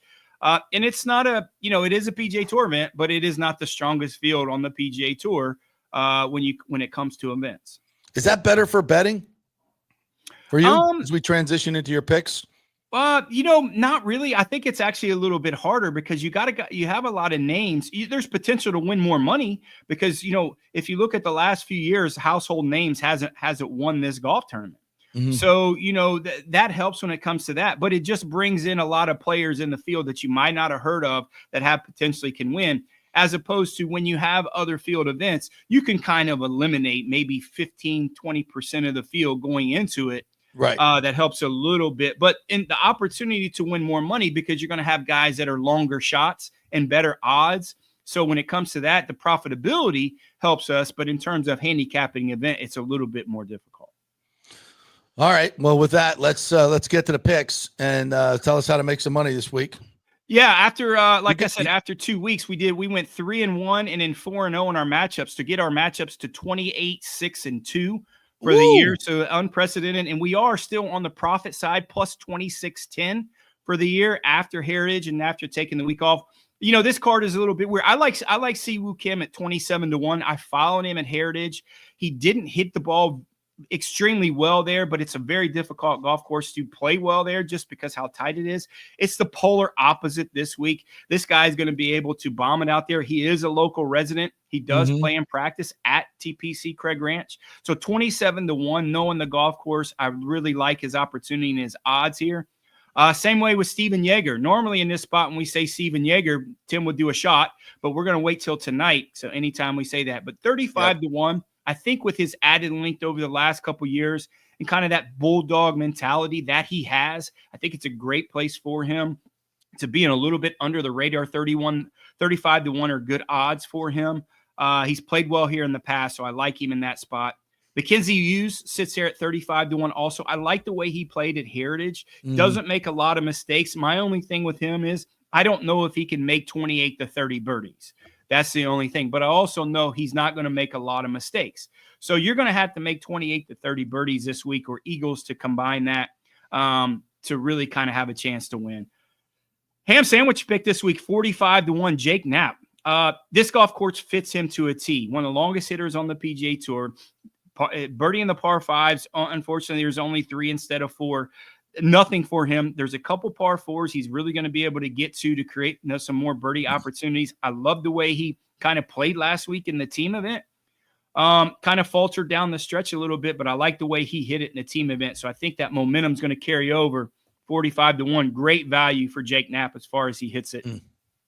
2 top 10s, as always, Sam Burns plus 275 and Ben On at plus 275. Ben On is one of the favorites to win this tournament, but I didn't like him in that spot. Again, I just don't, a guy hasn't won on the PGA Tour, even though it's a field event that's not a lot of superstars. It's going to be tough to make that many birdies, but I like him in that top 10 spot along with Sam Burns. I think Sam Burns is kind of on the rise a little bit. He hasn't had a great year. But I think he's really kind of going to hit his stride here probably in the next 2 or 3 months to get ready and try to make that Ryder Cup team. I know that's a priority for him.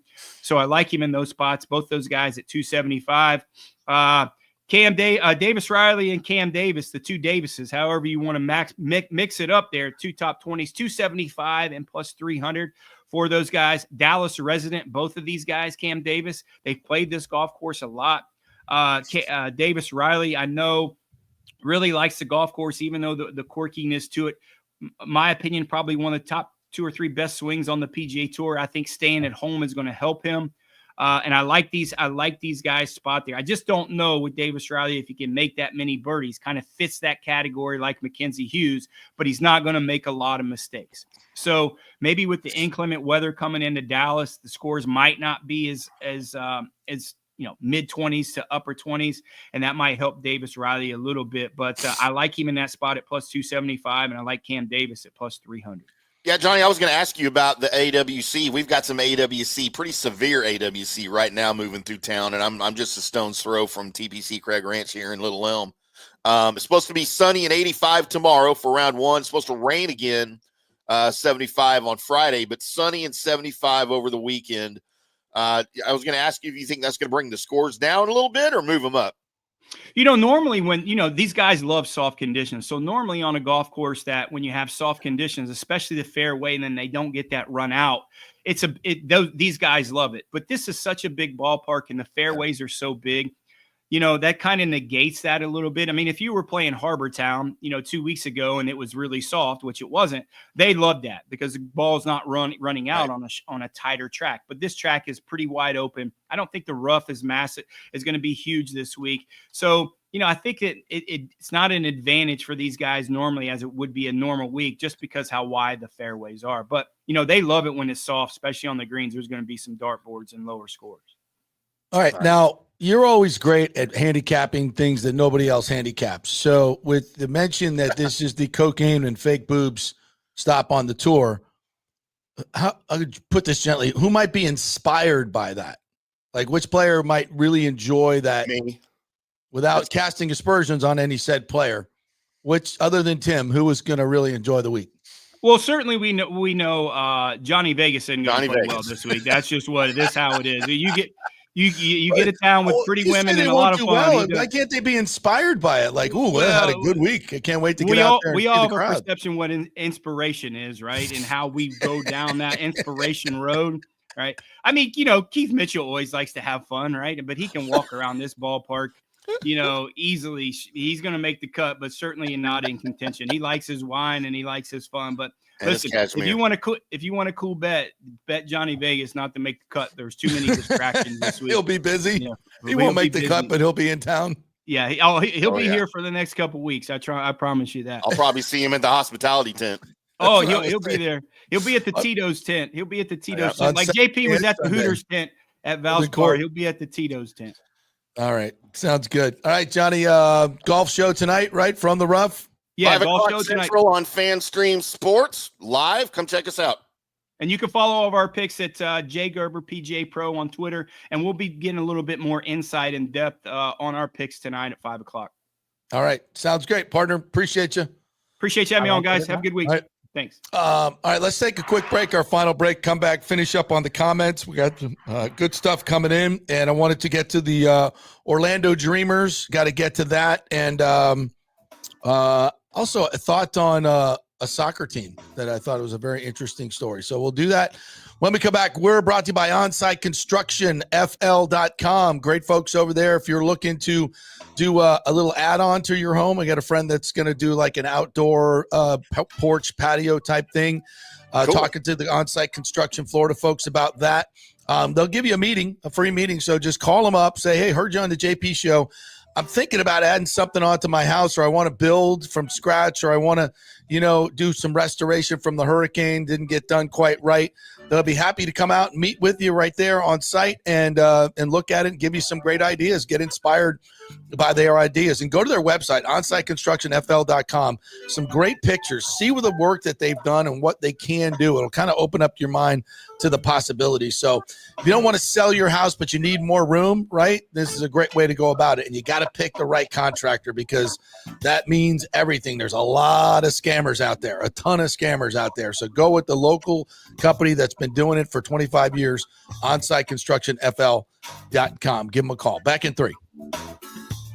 Ciao, Paolo Tini here, owner of Caffè Paradiso, voted number 3 People's Choice Award on Open Table. I want to thank all our loyal family of customers that have been enjoying our great traditional Italian dishes we make from scratch every day. It's a great family story we're proud of. Our family moved from Rimini, Italy in 1984. My dad, Caesar, started Donatello, and that's where I got the start in the restaurant business. I started Caffè Paradiso on South McDill in 1995, and we've been there ever since. From our traditional ossobuco, a veal slow roast for 4 hours, to our daily fresh catch, the Gruppo Paradiso, with a piccata sauce and lobster claw meat, homemade pasta like lasagna, farfalle salchicha, which is a bow tie pasta homemade with fresh sausage. Hold on a minute, JP's favorite. I love it. So come and have a glass of wine with me on South McDill. Get a reservation on Open Table and see all our 5-star reviews. Ciao, see you soon at Paradiso. JP here for Riveters, the official sports bar and grill of the JP Peterson Show. We're located just south of Ray J and Steinbrenner Field, so it's a great pre- and post-game spot, and the happy hour is amazing. Monday through Friday, 3 to 7. Check out these specials.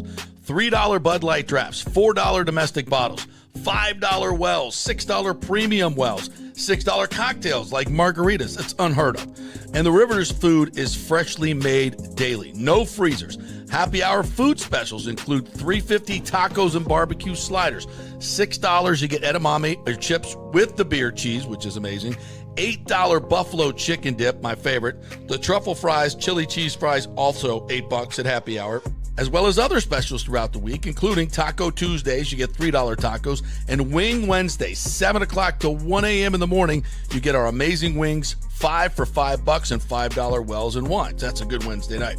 So if you're tired of the preppy, overpriced, generic sports bars, come see the amazing, friendly bartenders and staff at Riveters, where customer service really matters. Riveters, just south of where the Rays and Bucs play. We'll see you there.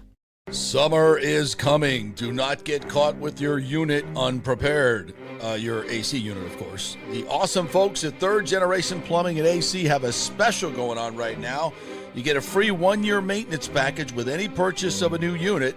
They have special 60-month financing as well, so you don't need a huge chunk up front. Third Generation has an impeccable reputation built over 30 years of doing business. They do plumbing, AC, mechanical work, anything you need around the house.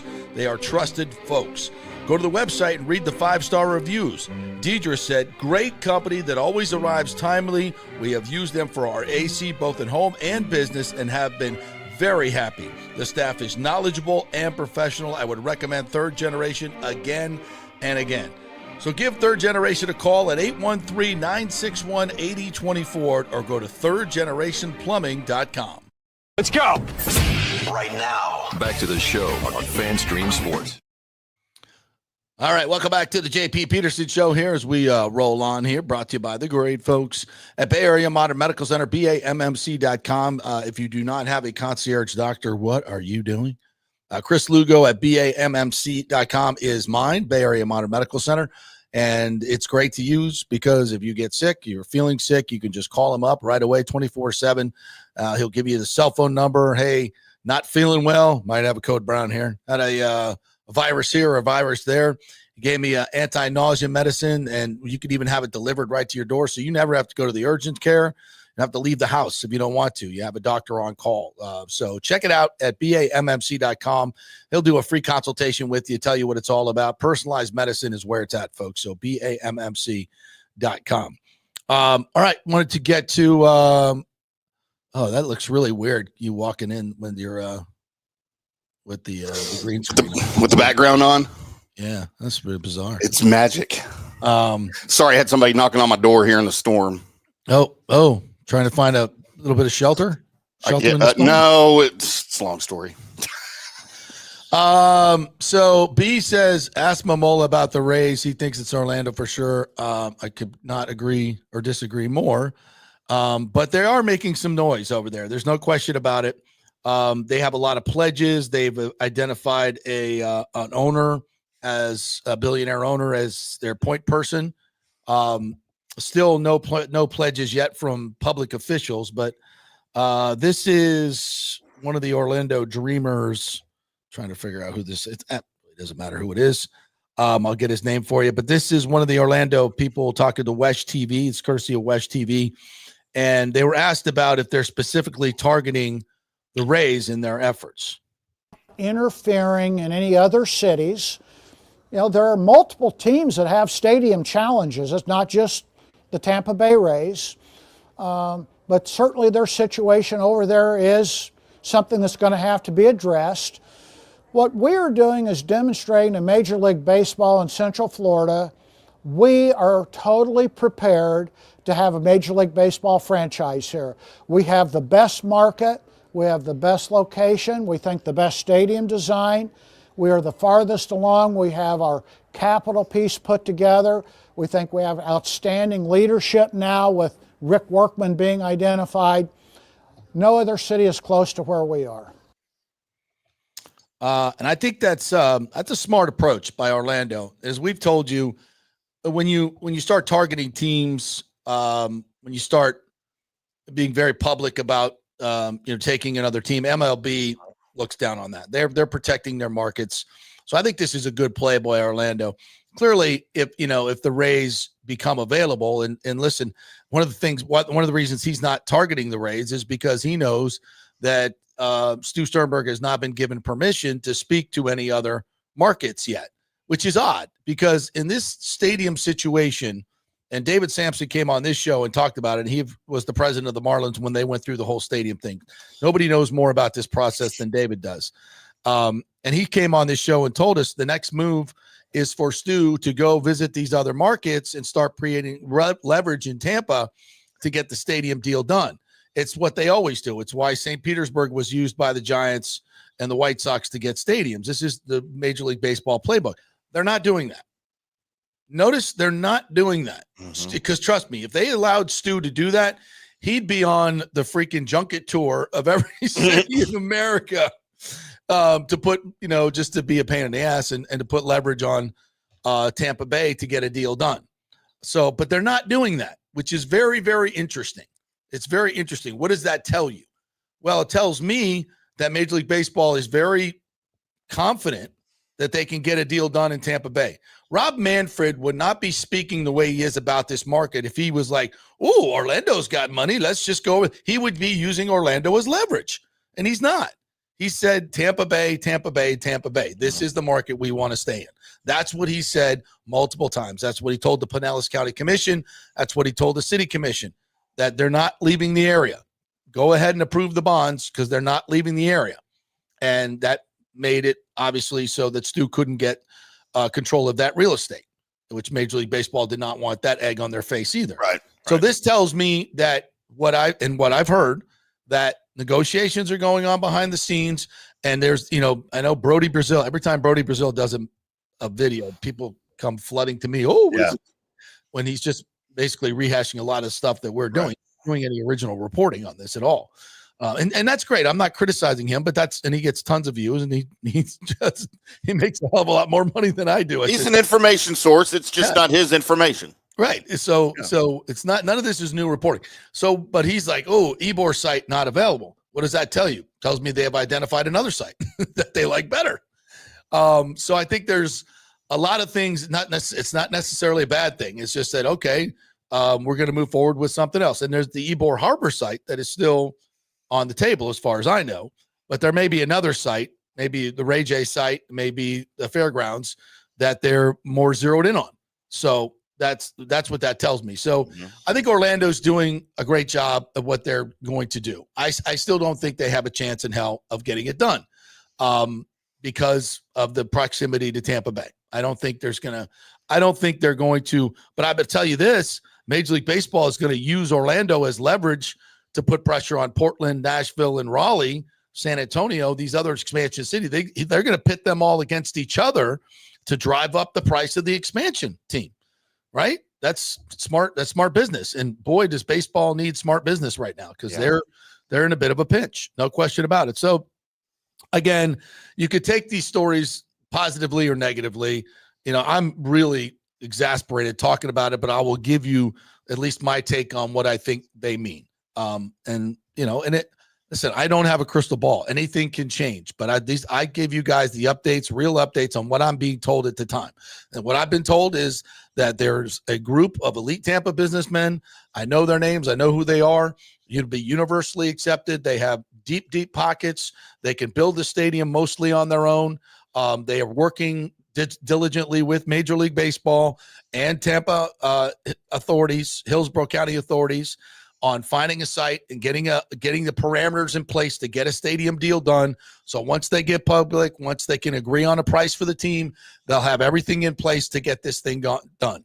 Now, does that mean it's 100% done? No, it doesn't mean it's 100% done. It means that everything is in place to get it done. And that's where I think it's going. And I think the team will be sold at some point, depending on how long Stu wants to hold out. And somebody asked me in here, how long till he gets his revenue sharing money revoked. I think it's going to take at least till next year when they have a new CBA and a new situation. But I don't expect it to get to that. I think Stu at some point will take the money and run. but we'll see. We'll see. That's all the arrows are pointing. He does weird things, like really weird things. You know, he's an odd man. Having a whole section in front of you at the game that is ostensibly reserved for the Royals families and MLB, if you believe that. It is so crazy. And we had somebody in the comments basically say every game they've been to that, you know, and he did comment. He said, wow, the fans are really close to him.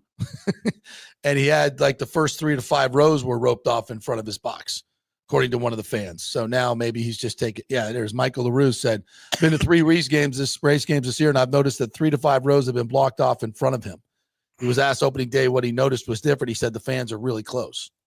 So, yeah, he doesn't want people like that. No. He don't want people heckling him. He wants to be able to turn his back. Far be it from me for making a snarky remark about all the seats that are open in front of him. He wants room so he can turn around and turn his back towards the fans is what he wants to do. So, but whatever. Let's hope that we can get this deal done soon. All right, let's Michael sent me. All right, cool. That'll be it. Have a great day, everybody. We will be back with more tomorrow. Full coverage of Game 5 and the more shenanigans that the Panthers are going to pull tonight. So we'll have that for you. We'll get probably Eric Erlinson, or maybe I get Engblom to come on tomorrow and discuss what happens. Depends on if we win or lose. So we'll have that for you. And we'll do a little Rays talk as well. Yep. And I'm sure maybe a little Bucs talk is rookie minicamp coming up tomorrow. See you then. Thank